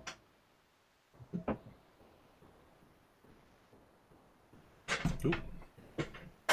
Oh, I got a kitty behind me. Uh, This is Roxy. Roxy, this is everybody. Oh, look at Hi, Roxy. He doesn't like to be picked up, but he's getting picked up. Ah, oh my god, she's fighting. Ah, ah, ah, ah, ah, ah. Yeah, she's gonna get revenge on me for that later. It's alright. Mm-hmm. It's okay. What's that meme that goes around, you know? I like to show my love for my animals by squeezing them as hard as I can and telling them how much I love them as they try to escape. I shall squeeze him and call him That's- George. So I mean, something defenders, something squad. This is a tough one. Again, this is so integral to like who you guys are too. do we want to utilize our color scheme in with the name? Ooh. What was our color scheme? Purple, and did we just decide on We purple? so far purple. We were mentioning while you guys were gone, black, yellow, white to go with it. Maybe green. And are we talking royal purple or lavender or violet? I would like to submit Wow. chartreuse. Oh my I mean, gosh! there's a lot of different colors of purple, you know. Royal is the typical. That would With royal purple. follow my character just fine. And again, I don't mean to put more on it, but like you have a symbol too, along with your name. Once you think about what Do you want the a symbol motto? is. What do you? What? Yeah, I what are want you a looking for motto. here? I want a symbol. A mission I want the last statement. four of your I think my character's problem social is I security don't know number. exactly how my character ties in with the rest of you in this little group that we have. Do we need to talk about our relationships and stuff first? It would help me. I don't really. I don't have a connection right now to anyone. Anyway, Okay. That's cool. Do you Well- go to school? That could at least be a start for my yeah, character. I have that. I go to school. Yeah. Okay. 17. Okay. I have down. What clique do we all hang out with? Oh, good one. Good questions. Oh my. Josh, I gotta know what you're thinking, Josh. Just say it. As a geek, I am triggered right now. It's Nice. only going to help, and you know it. Oh my. Oh Lord. Okay. Is your character a jock? No. I cannot bring myself to ever play a jock. I've tried. I just can't do it because that's not who I was when I was growing up. Too funny. Oh. Would we hang out in school? Is the question. Would we have hung out in school before we became a team? Oh. Tell me more about your character again. Well, so each of our playbooks has a little section for relationships. Maybe we should go through those because that'll actually help us establish connections between everyone in the group. Sure, let's do this. Yeah. That's actually what I was trying to refer to earlier when I was like, how do we connect to each other? Because we haven't done that part yet. Oh yeah. I'm sorry. I was just too I was too entrenched in the whole name of the group thing. So yeah, good call. So let's look at that. I'm gonna bring up here. The Bring up the next reformed. First tonight. Here we are. All right. Yeah. So let's do like one question a piece. You know, as you go around, we'll go around twice. I think. Does everybody have? If you look in your playbooks, you each have like 2 questions. Yeah. Yeah? Okay. All right. I'm not positive. So let's see. Who haven't we started first with yet? Probably me. Yep. Steve, well, why don't you lead us off? So let's read off your first relationship line. Let's work it out. Sure. So my first one is I once got caught doing something that shames your legacy with. I almost feel that it has to be Nick's. Awesome. All right. What was that thing? I mean, besides even talking to her, Romeo, oh Romeo. I mean, I have to ask. I mean, were we, doing something like making out? Is it that shameful? Depends on your character, depends on mine, but we're teenagers. I've played a lot of Monster Hearts. Really, anything goes. Well, and keep in mind, the question is, what shames your legacy? So, what from Legacy's point of view did you do that was shameful? I mean, they are the arch enemy. Oh, so yeah, okay. I can say that he spared me in a fight, or like they were trying to take over a compound, and I just happened to be there. Helped you get away. Helped me get away, or something like that. Oh, that's cool. Nice. Because probably saw that I wasn't a threat, or at least he didn't think I was a threat. I wasn't fighting. Or maybe I saw you, trying to, shield, some of your cult or something, or some of the cult. Not doing typical villainy action. Okay, yeah. Okay, but does it shame your legacy to have let her go? Well, and to help her escape. Oh, help her escape. Oh, I see. Okay, cool. I would definitely say any legacy would have saw that as a hit. Oh, very cool. How about Nyx? Blank is the only one who understands what I'm going through. I told them which part of me I wished was more like my parent. I would have to say that was Leech. Yeah, for sure. Because you have that backstory as well, being a villain and being from a villainous group. So you're the only one that understands having to go through that. So which part of you do you wish was more like your parent? You told them about. Let's see. That's a good one. I just saw it right there. I was like, oh. We'll say that his charm or bravado. I wish I was able to be more outgoing and outspoken. She's happy-go-lucky. Yeah, literally. She's happy-go-lucky, but she has a hard time getting to know people. Oh, very cool. So the social side. Wow. Yeah. That's hardcore. Again, this is such a deep character. It's like, oh, I want to be more social the way my parents are when they recruit people into their cult, take over the world. It's like, there's a lot going on there with Nyx. I gotta say, that's amazing. That's awesome. Just want to be able to talk to somebody. Cool. Cool. Who's next? Don't be all jumping up at the same time, Josh. Yes, I'm present. EC. Let's see. One of my first questions is: you hang out all the time with blank to blow off steam. I think my character's idea of blowing off steam would actually be trying to test out his power. So, who would be willing to hang out with me while things blow up and explode? I think I would be the best candidate for that, simply because anything you do to me, I feel I can regenerate through it. That works. It's a little messed up, but we can work with that. That's awesome. You got this. That is ironic that would be your best friend would be someone who you couldn't hurt permanently. That's like the crux of your relationship. It's kind of deep also. They're literally throwing around this little like 5'2" 5'2" tall girl. It's like, oh, this is fun. I'm networking. I'll make the tornado go the other way. All right. Without dropping him. Or without dropping her.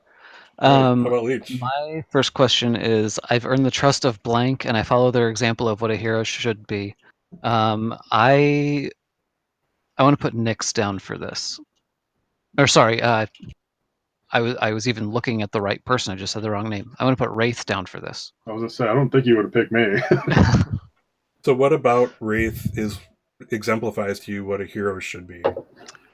I see the way that that their family legacy or that their legacy operates. I know it's not family legacy, but I see the way that their legacy operates, and I aspire to create a legacy like that myself, to in an effort to like fully overcome my family's legacy, all of the baggage that I had from that. Very cool. Very cool. All right. Nice. That's round one. Why don't we go back around? Why don't you start us off, Billy Joe? Second question. Okay, second question. Ooh, I did something terrible to blank once. I hope they can forgive me one day. I feel like this is almost like a Mad Lib. It really Insert is. an adjective with the noun and an Yeah. adverb. I think I did a typical entitled white kid dick move, and I made an incredibly insensitive racist comment to Mali. Like saying his name wrong. Yeah. Damn, shut up.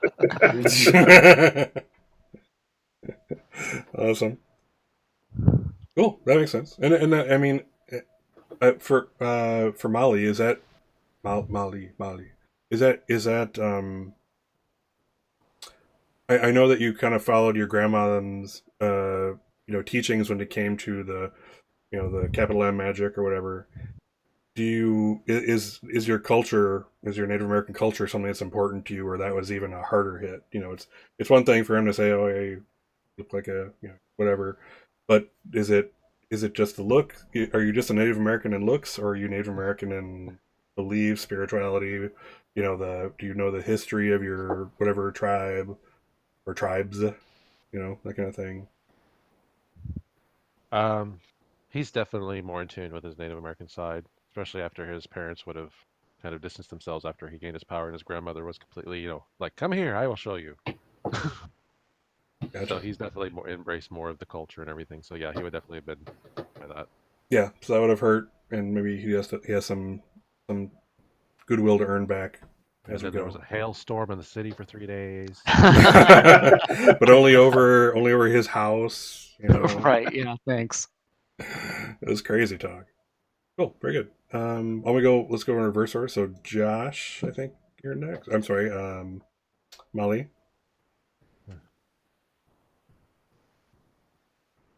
My next question is: You once hurt blank when you lost control of your power. So Leech. Oh shoot! Tit for tat, huh? Did one lead to the other? I don't know. It'd be easy to tie that in there. Yeah. So it can't be Nyx, since Nyx can't be hurt. Is that what you said? Well, it Um, could also be like emotionally hurt. Yeah. Well, when you Nyx lost can control be of powers. hurt. Well, we lost control of your that's true. powers, so yeah. Yeah. Nyx can be hurt, but I mean, it's just it would make complete sense to throw that on Leech. So I'm fine with it if you wanna direct it towards Leech. Like One was caused by the other. one was caused by the other, exactly. It was some big retaliatory thing, and now there's Oh this wow. rift between them. Oh wow, that is so cool. I like it. I like it a lot. Cool. Who is next in a reverse order? I think it's me. I just throwing Go you ahead. around a little with wind. Yeah, there's this circle of blame. Just keeps going and feeds on itself. Mine was my parent once fought and thrashed blank. I've got to find a way to make it up to him. That the only thing that makes sense is Wraith on that one, because I mean that would have been a legitimate thing to have happen with them fighting all the time. So Gotcha. Was it maybe one of Wraith's first outings as a superhero under the mantle of it could have been in the same fight where he let me go, where he helped me escape, and he took the brunt of the damage that maybe I was supposed to have taken. Oh wow, interesting. Very cool. Pretty. Yeah, I think I was probably on a training exercise. We stumbled across the cult. And then I went from there. Oh, right, that'll work. And that leaves us with or Wraith. Yeah, so my last one is I trust blank and told them an important secret of my legacy. Ooh. I got Nick's pretty in. Are you really going to trust the criminals? You got a point there. Exactly. That's why it has to be Jonas. Mali. Yeah, Ali. he Sorry. told me a secret. Yeah, what is the secret? I got one for you. And Write it down. I'll cover my eyes. No. There's no secrets like that in this game. But I'm just throwing this out there. You tell me if you can say no. Secret is that you don't even know what you did to deserve this. It seems freaking totally random. Yeah, but that's not necessarily of the. Is that of the legacy though, or is that? That's of the secret of the my legacy. part in that? Or yeah, that kind of Okay. You also could have a secret like you told them one of your weaknesses. Oh, there you go. That too. It could be that you told him you had a crush on somebody that you don't want it to get out. Oh, nice. Oh well, that's not really a secret of Yeah, the but legacy. it's not really but of the legacy. It's a secret though. So I was thinking Not it secret could either legacy. be, that the source of our powers are this, dark dimension full of, all sorts of nasty evilness that we can't really control, but we just happen to part of it. Nice. Which kind of fits with some of the themes of the rest of the group being fairly dark. But we can go with yours, Scott. I kind of like that too, because he doesn't know why he got it. It's not like it's Shazam, where it's gifted to someone pure of heart and whatever, and but he probably feels unworthy of it. So, all right. So we established some basic relationship stuff. At school, let's take an average school day. You guys may or may not have classes together, except of course for gonna take me a while to get the names. I apologize. Come on, I can do it. Leech. Leech is the only one who doesn't go to school. Yes. Right.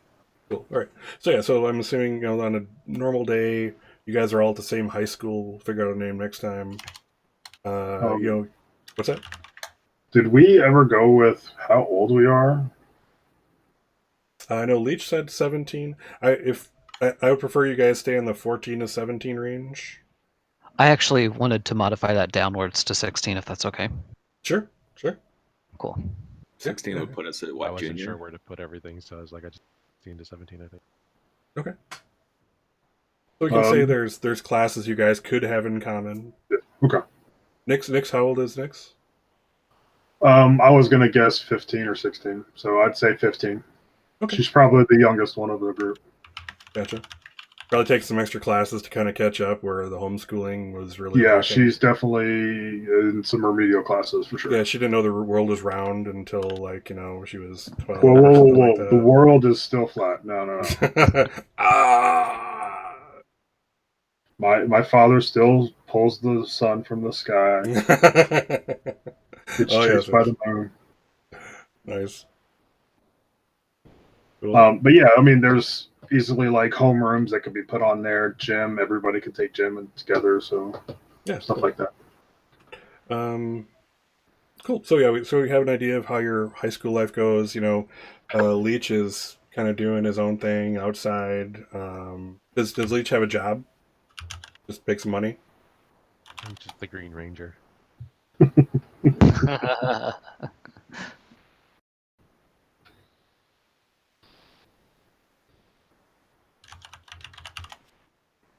And another question. So let's see. So we know Nyx goes home at night, home to the cult. Wraith and Wraith and Molly have homes. Where does Leech stay? Leech stays at a halfway house. Okay. For super villain teens on the reform. Gotcha. Is he ever allowed to stay with a partner from the team? Like they're over at the house overnight? Is that legal? By the It's rules of the legal. He house? just has to get basically a permission slip signed by the like. There'll be a supervising adult at the thing, and the person has met him, and Anne has met them, and Anne says it's okay. And Nice. You can stay at my place. oh yeah, right. Oh God. That's just what this social worker wants, is Does the former villain staying at the villain's house. Nice. Funny. Let's see here. I'm trying to think of other good questions to ask for setup. All right, so we have general relationships. We know where people live. We know their general figures in their lives. Oh, actually, Wraith. Remind me, what's your home life like? Who's there? Oop, you're muted, I think. Yep. Parents, little sister. He has a reasonably normal home life as far as, like, they ask him about his day, they have dinner. They wonder why he's being so quiet, they're concerned he's on drugs, normal adult teenager stuff. Yeah. Oh, and just so you know, yeah, Who are these new friends you're hanging out with? yeah, your parents and your sister are totally never going to get embroiled in any of these plots. So don't even give it a second thought. Don't even worry about that. They're good. Why does she have, marks on her hands? Haven't we seen those somewhere? In the news. Normal questions. In 48 hours. That raises a question. Does our quote unquote family know about our powers? Or is that a necessity? No, you tell me. That's a good question. Obviously, Mali does. Mali's grandmother does. Yeah, my family knows about my powers because they force them on me. Right? Mine do not. All right, nice. I would say that mine know I have powers. They just don't know the extent of them. And they don't really care. If they knew the extent of them, they would care. Gotcha. So do you, that's a good question for Nix then. Okay, so when you're fighting crime, do they recognize you in your super suit? Because that would be bad if like they saw, power, and then, oh, that's our daughter. We need to now pay more of attention to her. See, that's a good question. These are things I want you to think about because those are gonna come into play. We'll come into that later. Okay. Cool. Excellent. That's fine. And again, we can do this stuff off camera. I know, we kind of get things established. And then there's so much. I hope you guys are also feeling it, that there's so much to digest here and put together. As crazy as it is, I mean, this is theoretically the lower prep of my two games of this and Urban Shadows. I was expecting to do a lot more prep with that, but this gives me so much more to think about because of all these relationships that are going on here. Oh, we lost somebody. We lost Adam. Oh, he's back. That was weird. We just lost you for a second there, it looks like. Yeah, just dropped off. Sorry about that, guys. No problem. Bring back your camera when you can. I did. We do not see you. I don't see you, at least. I see him. Okay, hold on. Might just be my OBS is. Oh, there you go. Now it's updating. Okay. Cool. Sorry. Where was I? Yeah, so there's just, I hope you guys are also kind of sensing this. There's so much to digest and go over. This is really cool stuff. So I hope you guys are feeling it too, because I definitely am. There's so much I have to work on to get an idea of, how best to play this for you guys. And it's going to be a lot of fun. I'm very happy. You guys have made me very happy as a GM, MC, whatever. If we were to come up with ideas for characters, superheroes, places, stuff like that for the end game, do we just submit it in the Discord? Yeah, I mean, for that stuff, bring it up. Unless it specifically has to do with your character, or we're going to be doing a lot in game too. Like, oh, hey, there's this one superhero. What's his name? Nix. And you're going to say, oh, that's Captain Amazing. That kind of thing. So a lot of this is going to be improv. So only feel the need to do that if like it has something to do with your story or an adventure you had with the others, that makes a story between you guys. But for the most part, let's handle that kind of thing on camera, on stream, and Okay. we're gonna again. A lot of this, as much as preparation as I might need to do, a lot of this creation is gonna happen between all of us on the spot. Again, Mali, you faced this one supervillain like it was your second outing, and you barely got away with your life, and they got away. What was her name? I'm gonna ask you stuff like that, and you're gonna go, oh, well, Scott, as a matter of fact, la la la.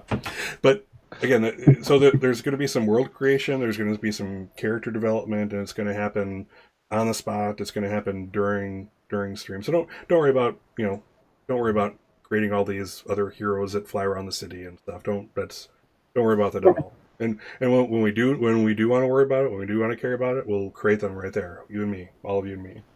This is a group creation experience.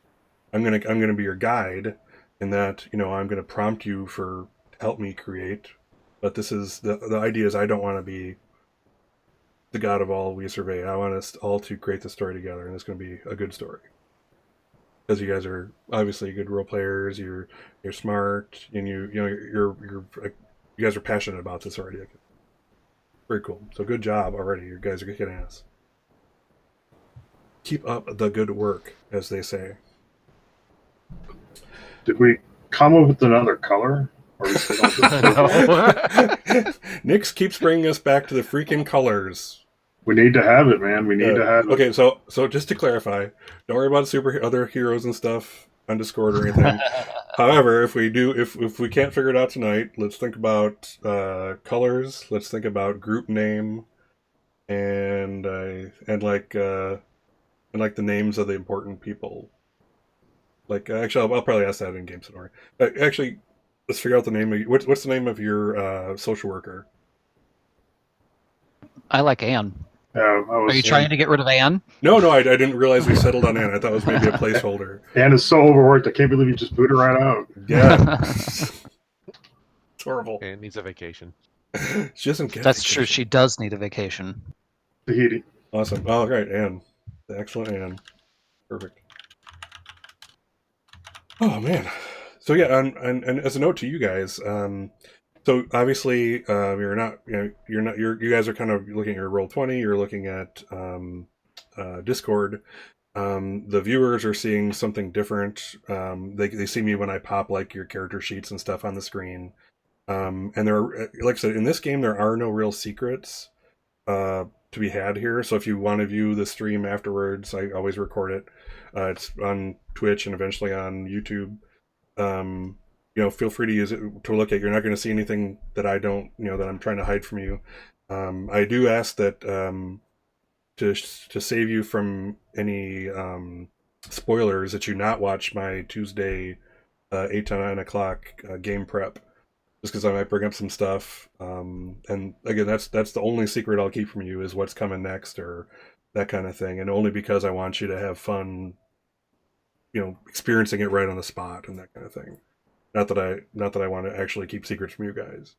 But generally this game is open. Don't be afraid to share secrets amongst the group. We know how to keep out of character knowledge, out of character, etc., etc. We're professional role players ish. You know what I mean?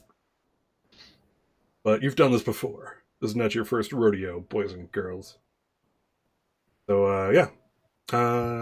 Any questions? Anything we haven't covered you'd like to? I've allotted us another 24 minutes.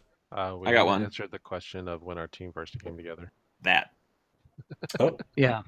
cool. So yeah, I would say so. What Leech? How long ago did Leech get kind of put into the halfway house program? Because that's probably when this would have happened. Well, Scott, there's actually defined phrases and a defined order that they're asked. I don't know if you've looked at that before. I don't know. Yeah. So on our character sheet, there's a when our team first came together, and there's a different question for each playbook. Yeah. Oh. And It basically builds the scene with each one. I know at least with the original right. playbooks, they're asked in a specific order. And I thought Halcyon City expanded on that order. I have no Yeah, idea. Halcyon City basically it doesn't put them in a specific order, but you ask them after all of the other questions, and you do them left to right around the table if there's more than one. Oh, So neat. you follow the original order from the main book Mhm. Yep. first. So Okay. I think the legacy of us would go first. Sure, let's do this. So who's the legacy? That would be me. It would be Wraith. Let's do it. Cool. So my question is, going back to it, all things considered, we did well and impressed an established hero. Who was it? I am going to say it is the Crimson Defender. Crimson Um, Defender. Obviously red suited, armored. I'm not going to say Iron Man-ish, but it's definitely a power armor suit. Right now, Billy he- Joe is scratching Crimson Defender off his list of group names. and he's definitely the one that the city goes to when there's a really big problem. Because he can dish and take out a lot of damage. Cool. Excellent. So let's see who's next then. Oh, that makes me think of the Crimson Chin. Oh, what was that from? Was Yes. that the Tick? I think it was. Or I think something. was It was the a Tick or cartoon. Cow and Chicken. I think it was Cow and Chicken. Okay. Yes, I think that's right. Excellent. All right, who's next? I think that's actually me. If I we're don't- going by Yeah, I the way think the so. list goes in the book. I haven't gotten to where the list is, so I don't know. I'm just going by how it's listed in the book. I assume that was the order that was talked about. Is that right? I think so. Sure. It's on page 48 of the main book. Mine just says, we destroyed our surroundings in the fight. Where was it? What did we destroy? Ooh. What did we destroy? I want to say an amusement park. Oh, Sweet. nice. Oh, that is so I like it. classic and awesome. Good job. Nice indeed. That makes Maybe us the only friends with the amusement park locals. in that part of the city. Yeah, where in the city is it? Is it like on the outskirts? I'll say it was like an established, like an actual, like static amusement park in the city that had been there for like decades. Or just like Like, it stuff was a built up around it and Yeah, like a historical landmark too. It was like the guy who did it was like Oh like my Dick Disney. God. He was beloved by the city. oh, that's awesome. They just tried a landmark. That's awesome. Keep it going. And it's been closed since then. Oh, no. For People's renovations. Yeah, the scaffolding and everything, and now it's been tied up in city council because they've been trying to buy the property for years. Nice. All right. And actually, you know what? Since let's do this also while we're doing this, just since we're going in order. Let's do the legacy. Let's see. Okay, so let's see. Does everyone give influence to all teammates or not? I haven't done that yet. I haven't done that yet either. I think it's. I'm just. I know for legacy, it's you're part of the team for better or worse, and you care what they think. Give influence to all your teammates. Yep. Everyone Okay. gets influence on the legacy. Okay, so in your character sheets, when you have a chance, pop Wraith in there as having influence over Wraith. We'll do that. We'll kind of do that with each since we're doing this. Going down the list here. So for Nova, let's see here. All right, so we got your when the first team first came together thing.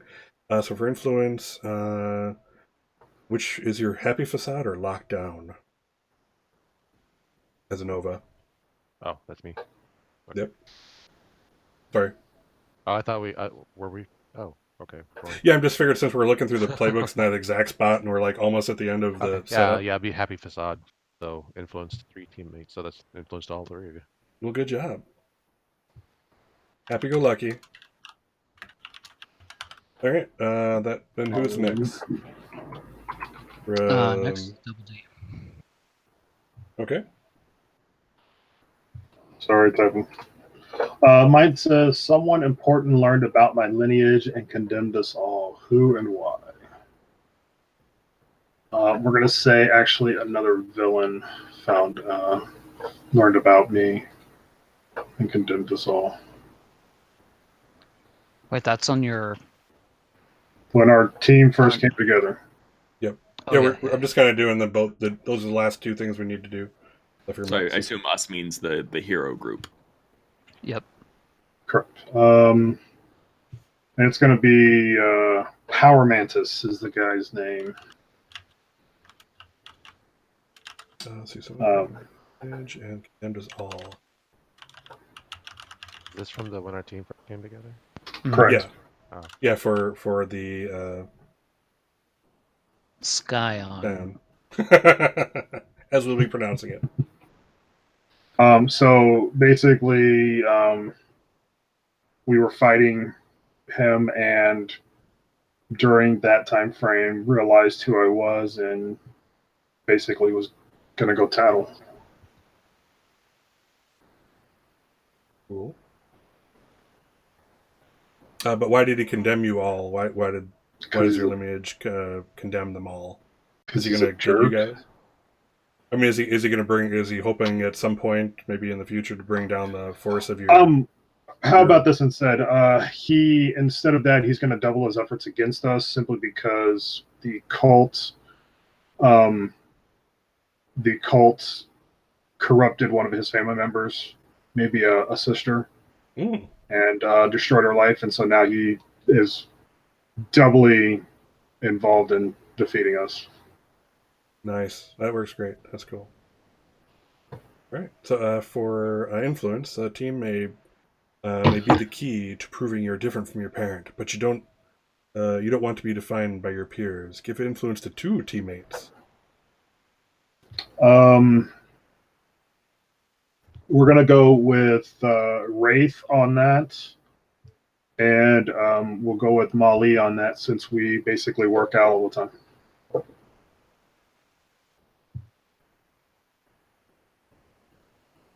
Okay. All right, and that leaves our Reformed. Yeah, so when our team first came together, we fought a terrible enemy from my old life. Who was it, and what did they take from me? I want to say that it was my mother. She came to try to get me back. And she took I want to say that she took my my sense of family. She disowned me before she left. I was stubborn, and I said that I'd never be a villain again, and so she basically disowned me from the family. Wow, that's so deep. You guys are so deep. That's awesome. All right, cool. Influence. Do you talk openly about your days as a villain? If so, yeah. So that point would have been definitely a catalyst to the other characters asking about it, and after he would have tried to be closed about it at first, but I'm sure with enough pestering, he would have eventually opened up. So everybody has influence over him. Okay, cool. It's neat and tidy. Little box there. Good job. All right, awesome. Good job, guys. I think that is it as far as character creation is concerned. Your guys' homework is we need to figure out a team name, team colors, team symbol, team motto. The Purple Panthers. And if you can, please finish off your setting up your character sheets. Sure thing. Excellent. All right. Cool. Any questions? Did I miss anything else? I'm quite fallible, so please let me know if I do miss anything. I'm totally up to it. Don't have.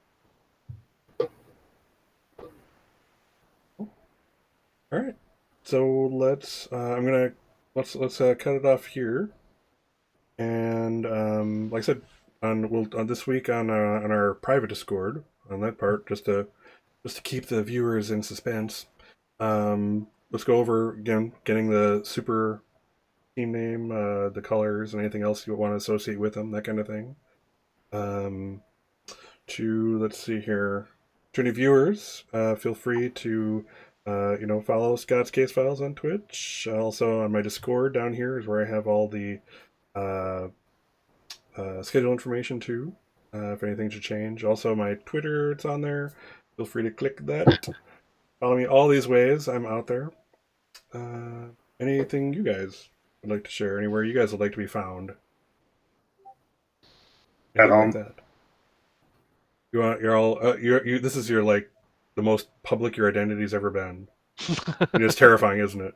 I understand. I almost wore a mask just for fun. I respect that. I mean, I have seen people playing one of the Apocalypse games is Worldwide Wrestling, I think, or something to that effect. Mhm. And I have seen them play it with luchador masks before. Oh, That's awesome. Yeah, I should let you know that I have my own alter ego.